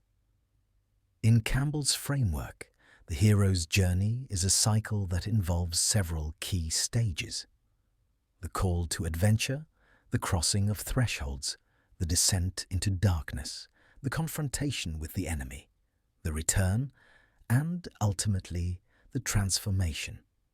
These stages not only provide a framework for Theseus's encounter with the Minotaur, but also mirror the struggles and triumphs inherent in the human experience. The hero's journey begins with a call to adventure, and for Theseus, this call comes in the form of the annual tribute that Athens must send to Crete. The tribute is a painful and devastating ritual where young men and women are sacrificed to the Minotaur. Theseus, moved by a sense of duty and love for his people, answers the call to stop this cycle of sacrifice. In this way, the Minotaur becomes the catalyst for Theseus's heroic journey. He is the enemy that must be confronted, the obstacle that must be overcome in order to bring peace to Athens. Once the hero answers the call, he must often cross a threshold into a new world. And for Theseus, this threshold is the entrance to the labyrinth. The labyrinth represents the unknown, the place where Theseus will confront his greatest challenge. It is a place of both physical and psychological danger, where the rules of the ordinary world no longer apply. The labyrinth is not just a maze of stone. It is a maze of fear, uncertainty, and isolation. It is within this space that Theseus must prove his bravery and strength. The labyrinth is also symbolic of the internal struggles that Theseus must face, his doubts, his fears, and his uncertainties about his own ability to succeed. The next stage of the hero's journey is the descent into darkness, and this is perhaps the most fitting phase of Theseus's adventure. As he moves deeper into the labyrinth, Theseus is not just entering the realm of the Minotaur. He is entering a place of deep, primal fear, a place where he must confront the dark parts of himself. The labyrinth is a representation of the internal labyrinth that every hero must navigate. The fears, the obstacles, and the self-imposed limitations that hold us back from achieving greatness. Theseus, armed with the thread from Ariadne, moves forward in the maze, symbolizing the way that the hero must rely on inner resources and external help in order to proceed through the darkness and reach the heart of the conflict. The confrontation with the Minotaur is the climax of Theseus's journey, where he must face his ultimate fear and adversary. The Minotaur represents the forces that threaten to consume him, the primal, uncontrollable part of the self that exists beyond reason and order. The battle between Theseus and the Minotaur is both physical and symbolic. Theseus does not just fight the beast. He fights the darkness within himself, the part of him that is vulnerable to the chaos represented by the Minotaur. The Minotaur, though a monster, is also a reflection of the unconscious forces that dwell within the human psyche: fear, rage, and irrationality. By slaying the Minotaur, Theseus symbolically conquers these forces, achieving a victory not only over the monster, but over the darkness that lies within his own heart. The return, a crucial element of the hero's journey, is also central to Theseus's tale. After defeating the Minotaur, Theseus must navigate the labyrinth once more, using Ariadne's thread to find his way back to the surface. This return represents the hero's reintegration into the world, bringing back knowledge, power, or wisdom gained through the trials. However, for Theseus, the return is complicated by his abandonment of Ariadne on the island of Naxos. This moment, though tragic, underscores a key aspect of the hero's journey: the hero's inevitable imperfection and the complex, often painful consequences of their actions. Theseus's failure to honor Ariadne, though a betrayal, is part of his larger journey, one that is filled with moral complexity and choices that do not always align with ideals of heroism. The final stage of the hero's journey is transformation, and for Theseus, this transformation is both internal and external. He returns to Athens a hero, having slain the Minotaur and freed his people from the cycle of sacrifice. But the hero is not the same as when he began. Though Theseus has proven his bravery and strength, his journey is not without its consequences. The abandonment of Ariadne, the challenges he faces upon his return to Athens, and the trials that await him in the future all serve as reminders that heroism is not a singular, unblemished act. Heroes are human, and their journeys are fraught with imperfections and moral ambiguities. Theseus's story, when viewed as a hero's journey, underscores the idea that heroism is not simply about defeating monsters or conquering external challenges. It is about confronting the inner struggles that define us all, about facing the darkness within and learning from it. The Minotaur, in this sense, is not just an external enemy. He is a mirror to the internal battles that every hero must face.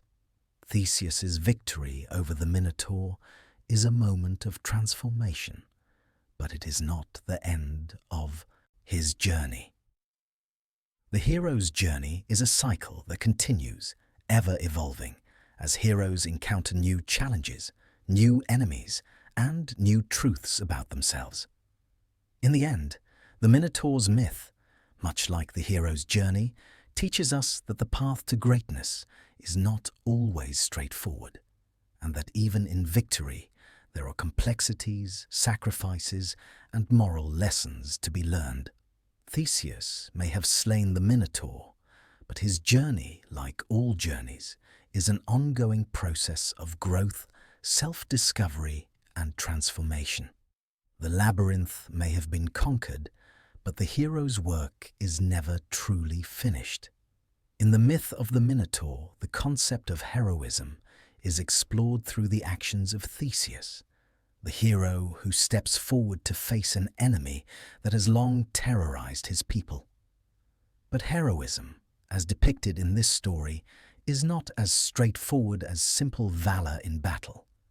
It is a multifaceted journey that involves personal sacrifice, moral complexity, and the willingness to confront not just an external adversary, but internal challenges as well. Theseus is, on the surface, the classic hero, a brave and capable warrior who faces down a monster in a battle for the greater good.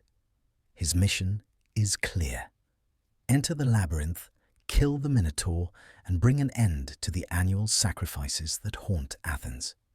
However, as the myth unfolds, it becomes clear that heroism is not just about fighting a physical enemy, but also about the personal costs, decisions, and ethical questions that arise in the process of fulfilling such a heroic task.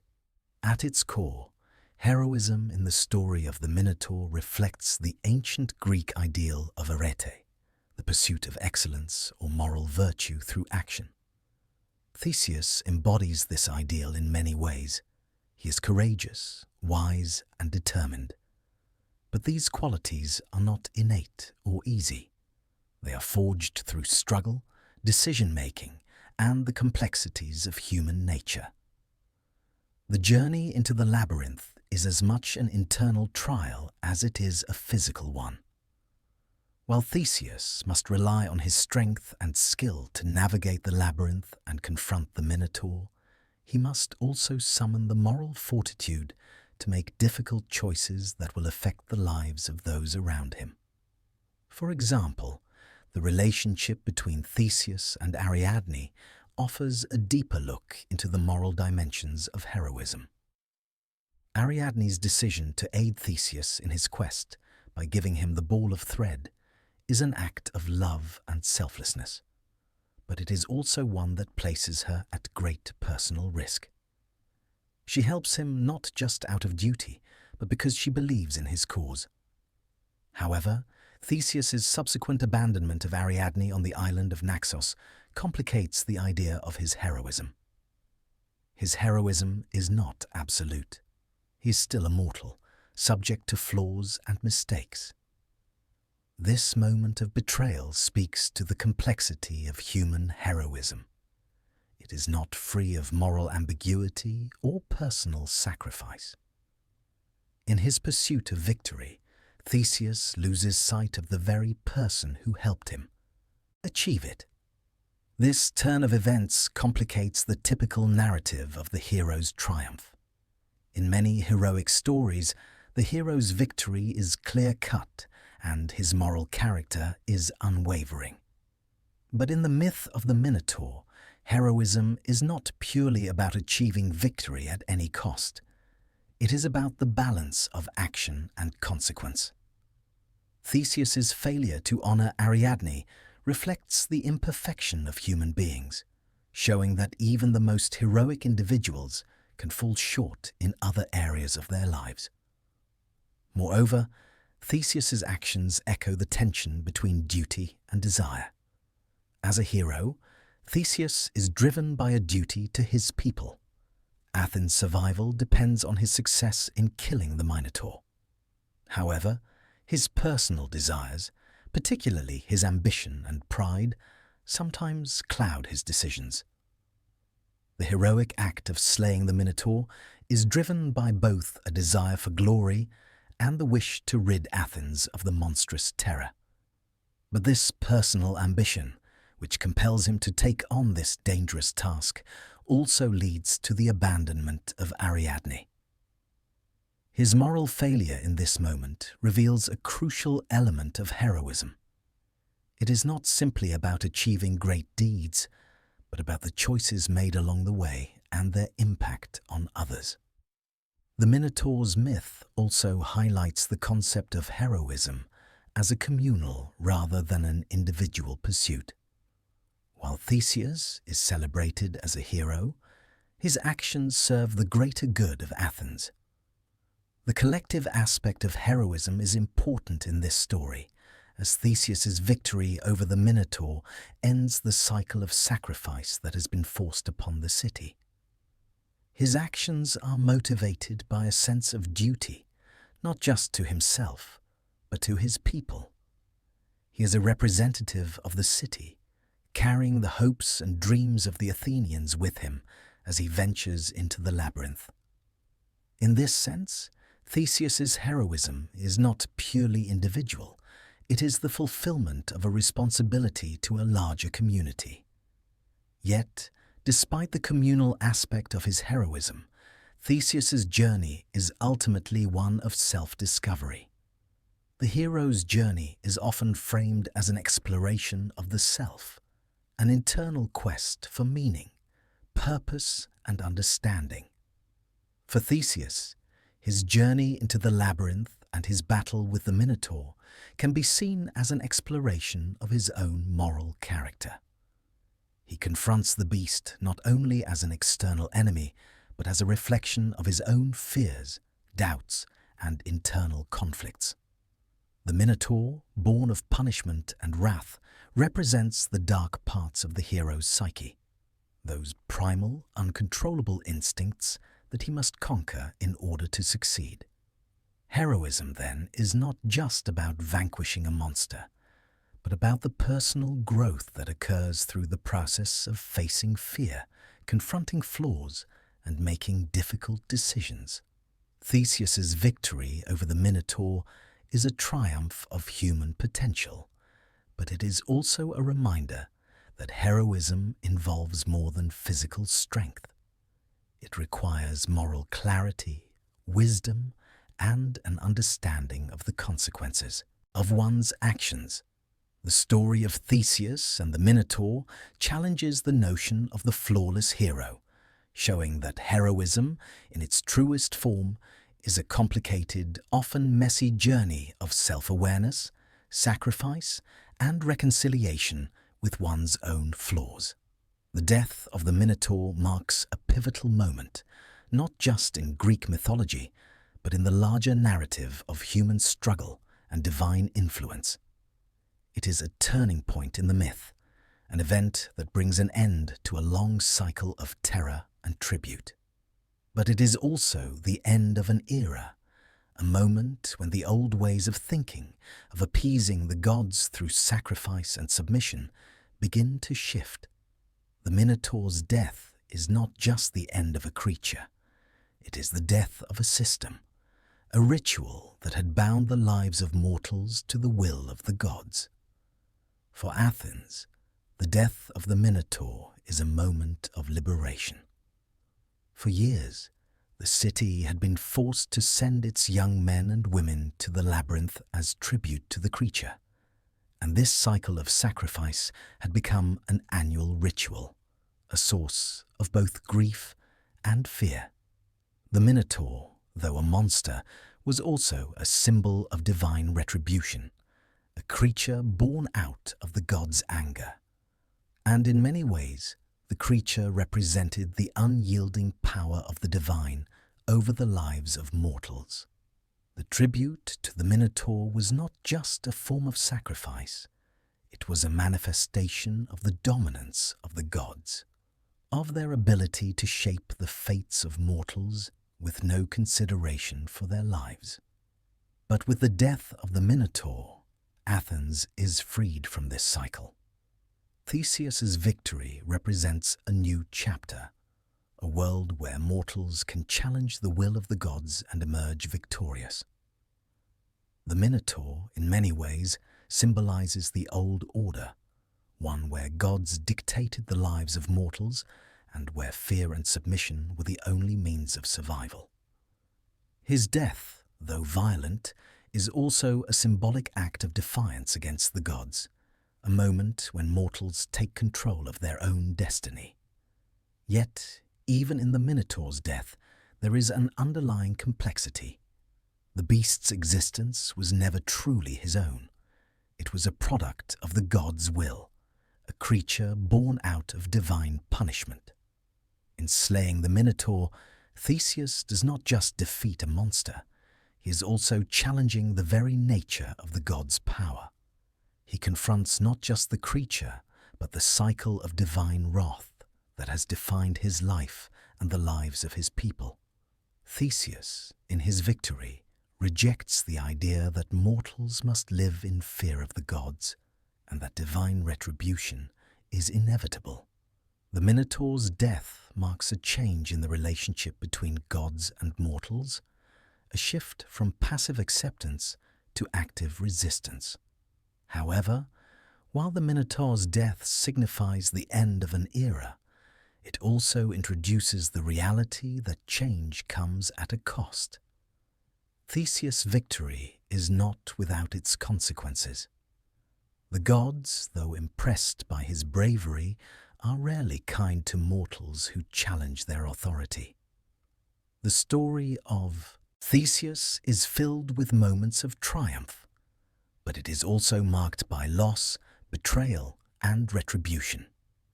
Even in victory, Theseus must face the reality that the god's will is not so easily dismissed, and that there are consequences for defying them.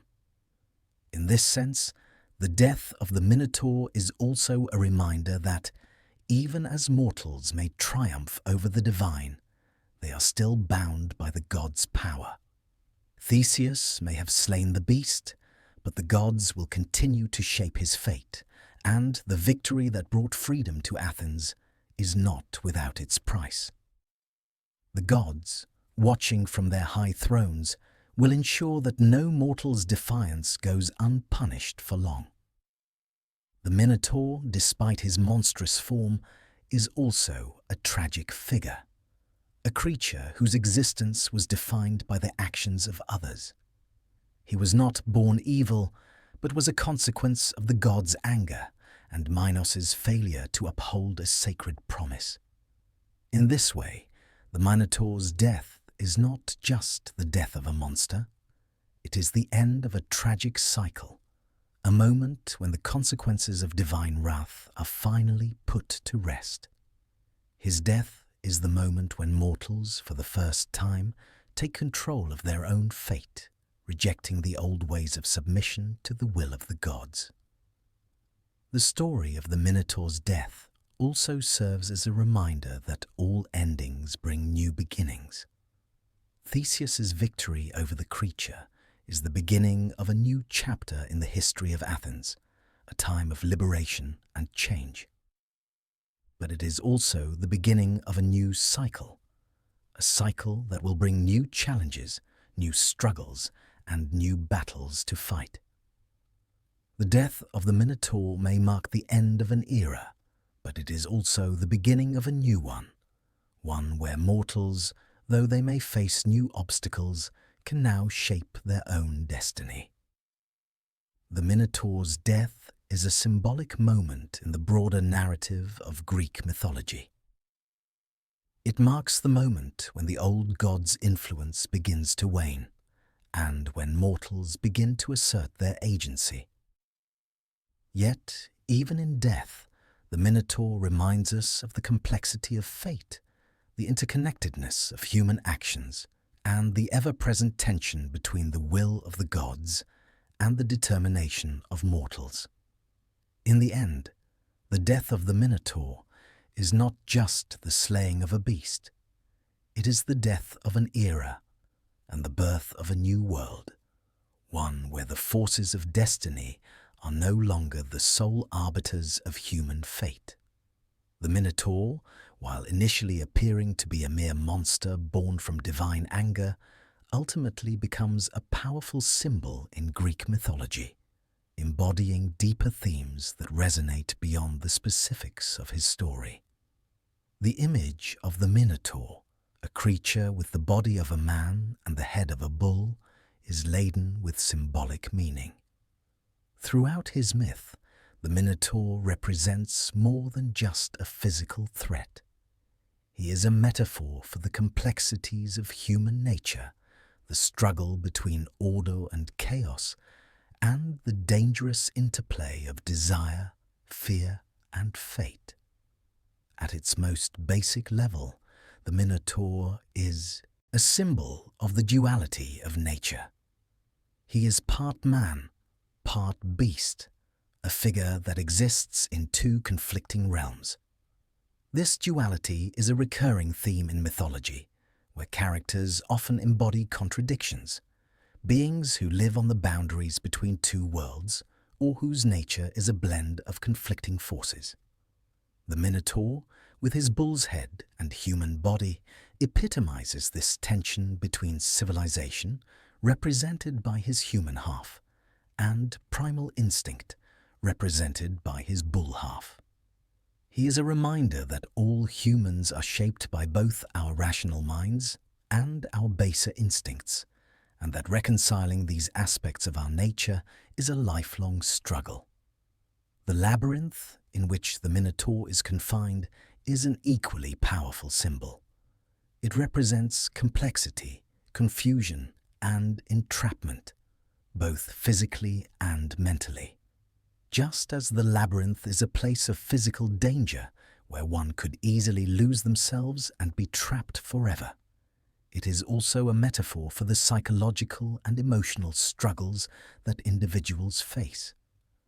Life itself can feel like a labyrinth, with twists and turns that seem to lead nowhere, obstacles that arise unexpectedly, and the ever-present fear of getting lost. The Minotaur, trapped within the labyrinth, embodies this sense of entrapment, a being that is born from the god's anger, but is also bound by his very nature to the maze in which he is confined. Yet the Minotaur also symbolizes the darker aspects of the human psyche, the parts of ourselves that we often repress or deny. His monstrous form, half animal, half human, embodies the fears, desires, and chaotic impulses that can sometimes threaten to overwhelm us. The Minotaur, as a creature driven by primal instinct, becomes a reflection of the chaos that can lurk within the human soul. The labyrinth in which he resides represents the inner struggles that many people experience. Those moments of confusion, doubt, and fear that often seem to have no end. Theseus, in entering the labyrinth, must confront not just the Minotaur, but these very aspects of his own psyche. By defeating the Minotaur, he symbolically conquers the forces of chaos and fear within himself, demonstrating the human capacity to overcome internal darkness through courage and self-determination. In this sense, the Minotaur's myth is not just about a physical monster, but about the universal confrontation that every person faces with their own internal struggles. The Minotaur represents the parts of ourselves that are often hidden in the shadows, that we try to repress or ignore. The labyrinth, then, becomes the place where these parts of the self are confronted. Just as Theseus must use his wits, strength, and resourcefulness to navigate the labyrinth and face the Minotaur, so too must individuals confront their own inner conflicts in order to grow, to learn, and to move forward in life. The Minotaur is also a symbol of sacrifice and the consequences of human choices.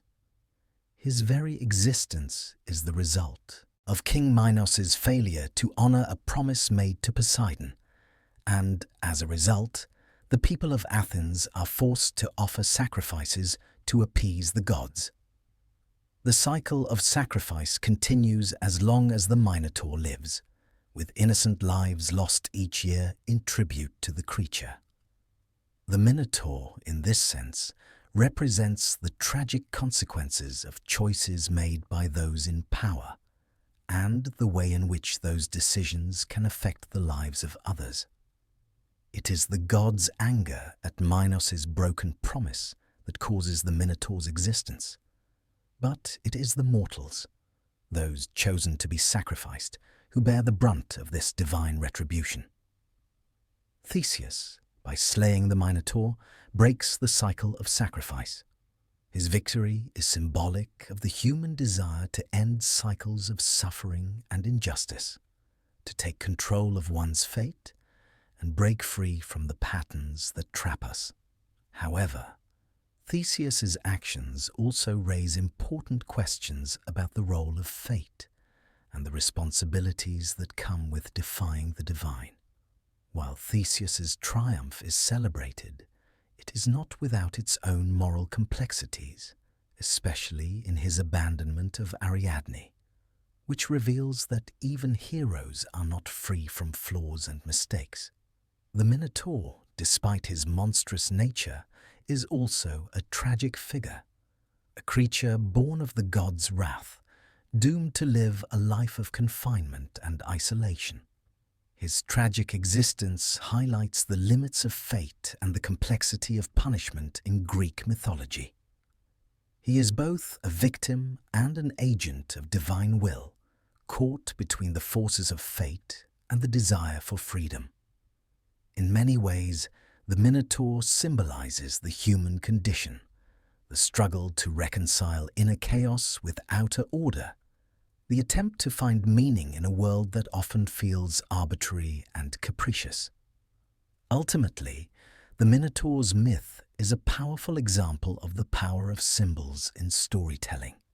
His story is not just about a monster to be defeated, but about the ways in which the stories we tell help us understand the complexities of human nature, the consequences of our actions, and the universal struggles we all face.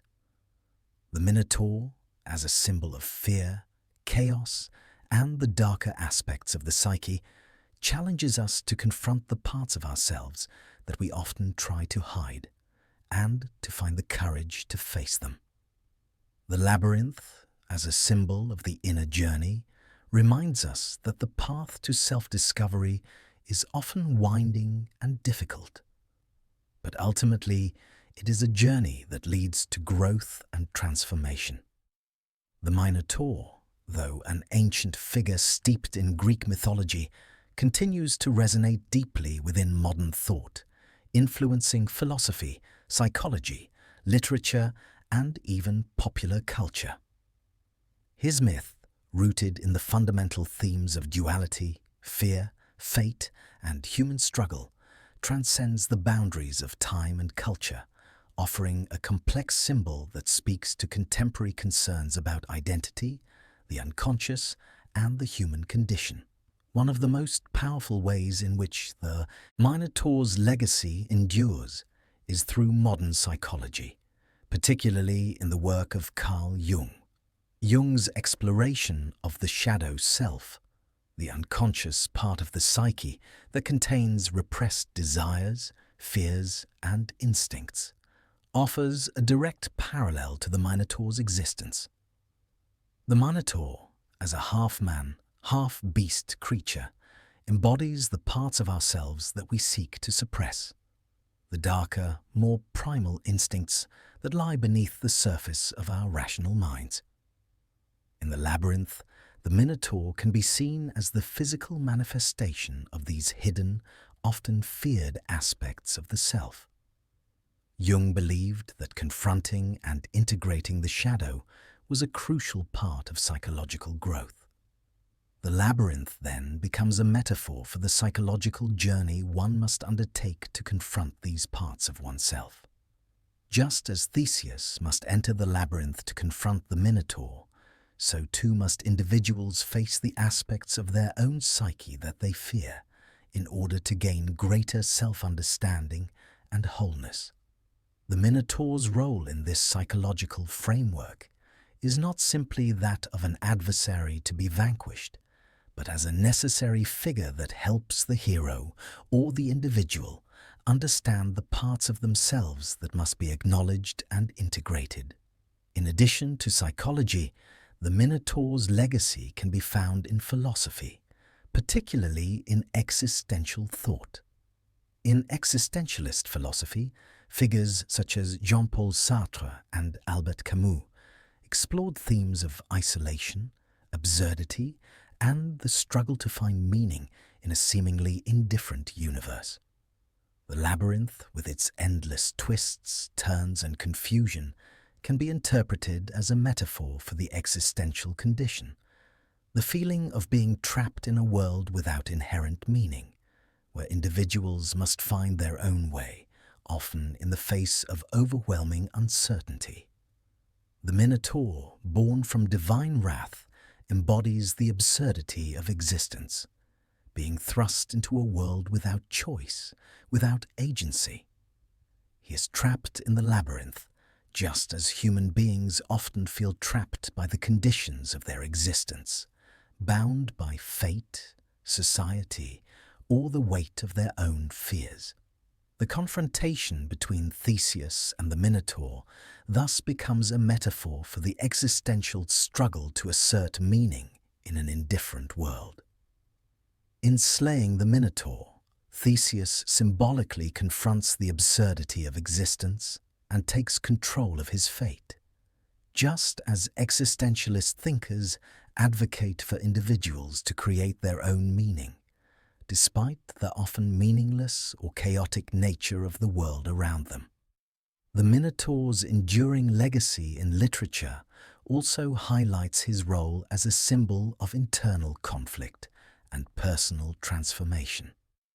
The archetype of the labyrinthine journey, one in which the protagonist must confront their own inner darkness, is a theme that has been explored in works ranging from ancient texts to modern fiction. Writers such as Jorge Luis Borges and Franz Kafka often explored labyrinths, both literal and metaphorical, as spaces in which characters confront their greatest fears and the darker aspects of their own identity. In works like Borges' The Library of Babel, the labyrinth becomes a metaphor for the search for meaning in a seemingly infinite and unknowable universe. Similarly, Kafka's The Trial uses the labyrinth as a symbol of the human condition, an absurd, often frustrating journey in which individuals are faced with a series of complex and oppressive forces that they cannot fully understand or control.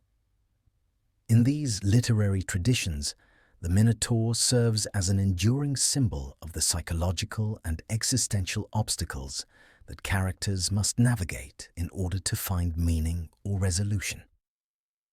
In popular culture, the Minotaur's image has evolved into a complex and multifaceted figure, often reimagined as a tragic, misunderstood character rather than a simple villain. In modern films, video games, and television shows, the Minotaur is often depicted as a creature caught between the human and the monstrous, struggling to reconcile his identity and his desires. This modern reimagining of the Minotaur speaks to a larger cultural shift, one that sees the figure not as an embodiment of pure evil, but as a symbol of the struggles that define us all.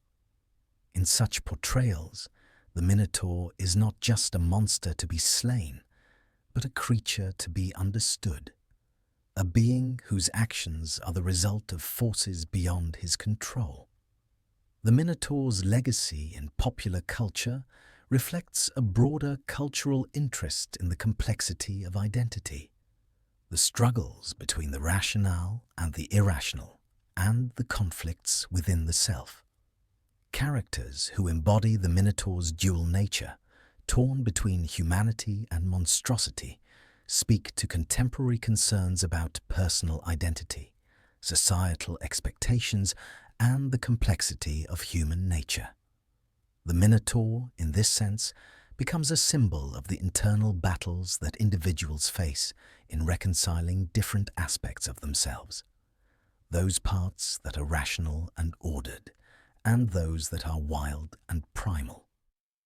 In the artistic realm, the Minotaur's image has been depicted in a variety of styles and mediums, reflecting his shifting symbolic role in culture. Artists like Pablo Picasso and Salvador Dalí were drawn to the Minotaur as a subject because of his deep, rich symbolism.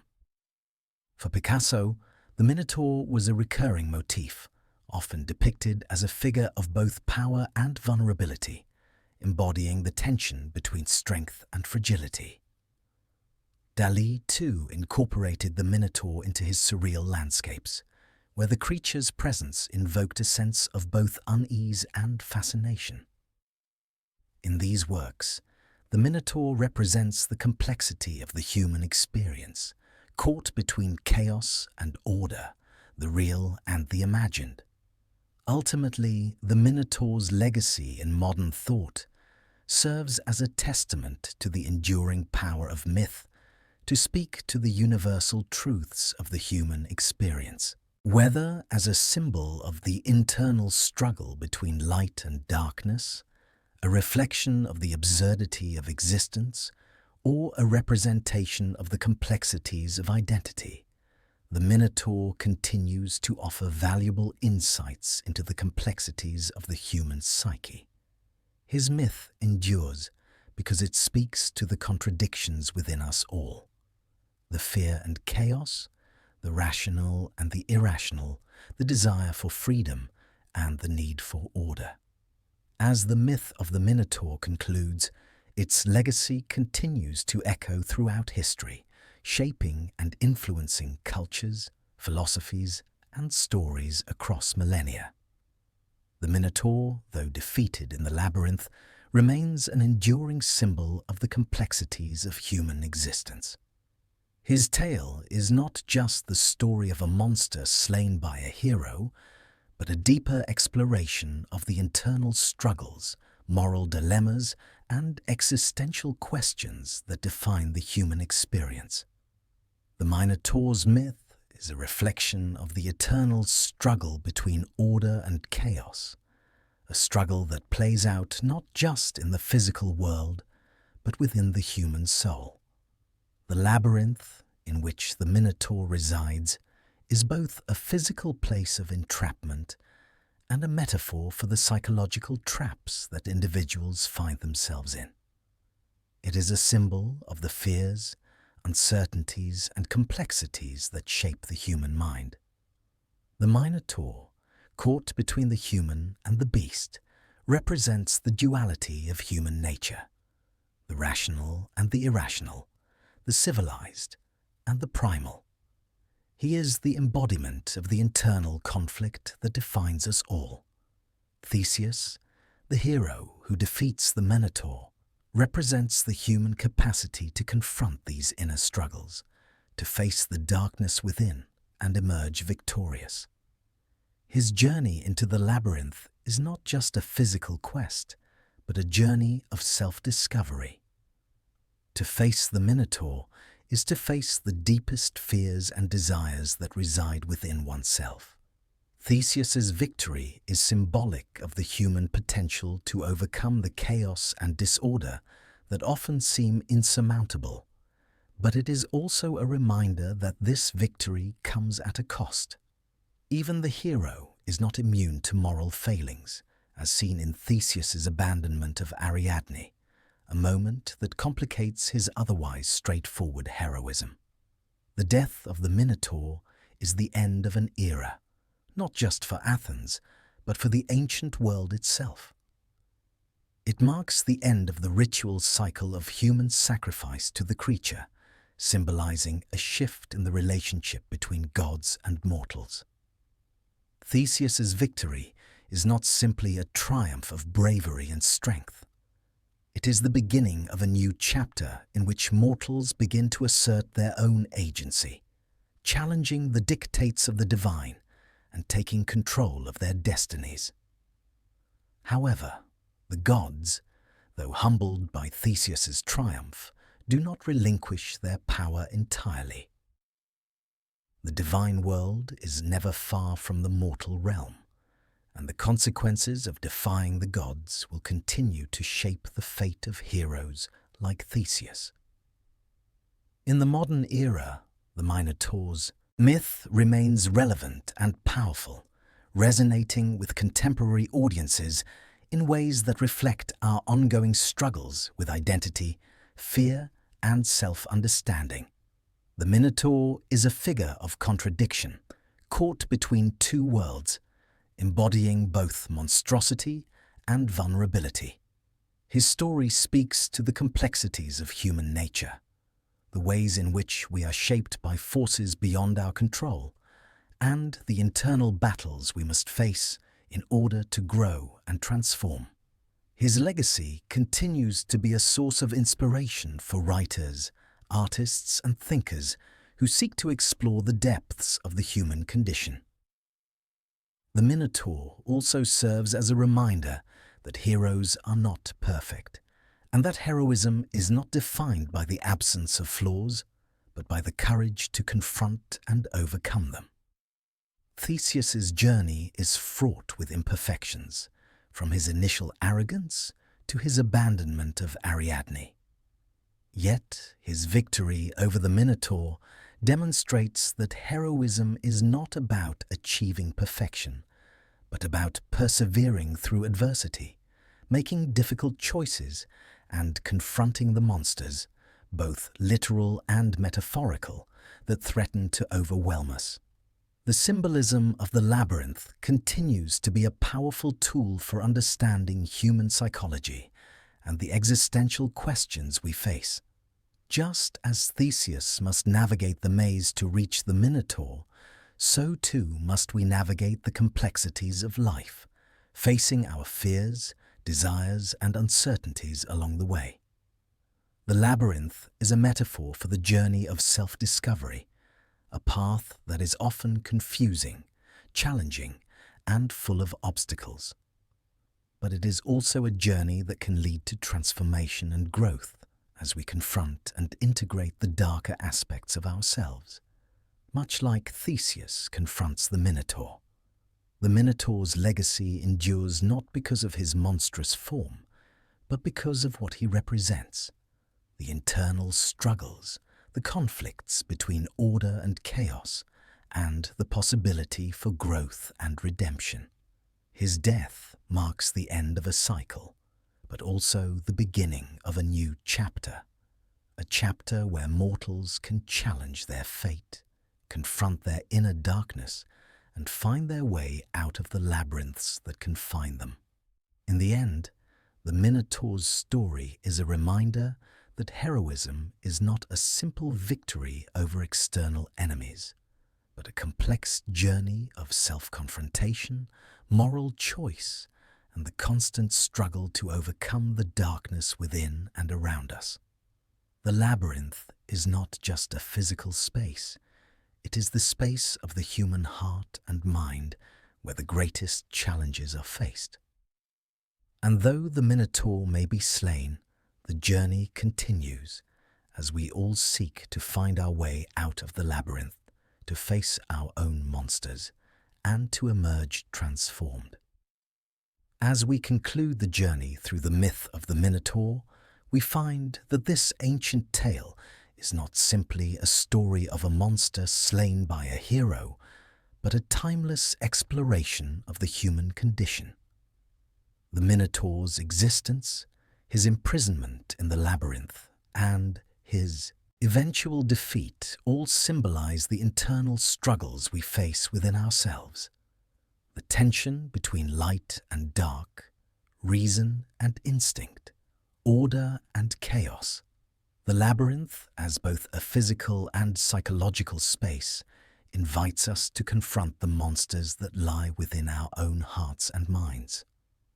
Through the figure of Theseus, we see that heroism is not defined by perfection, but by courage, self-reflection, and the willingness to confront difficult truths. Though his victory over the Minotaur brings freedom to Athens, it also serves as a reminder that the path of a hero is fraught with challenges, moral complexities, and personal growth. The Minotaur's legacy endures not only in the myths, but in the ongoing struggles we all face in our own lives. His story speaks to the universal need for transformation, self-understanding, and the ability to face our fears head-on. Thank you for joining me on this journey through the labyrinth. If you enjoyed this exploration of myth, please like, subscribe, and share where you're watching from. May we all find our way out of our own labyrinths, just as Theseus did.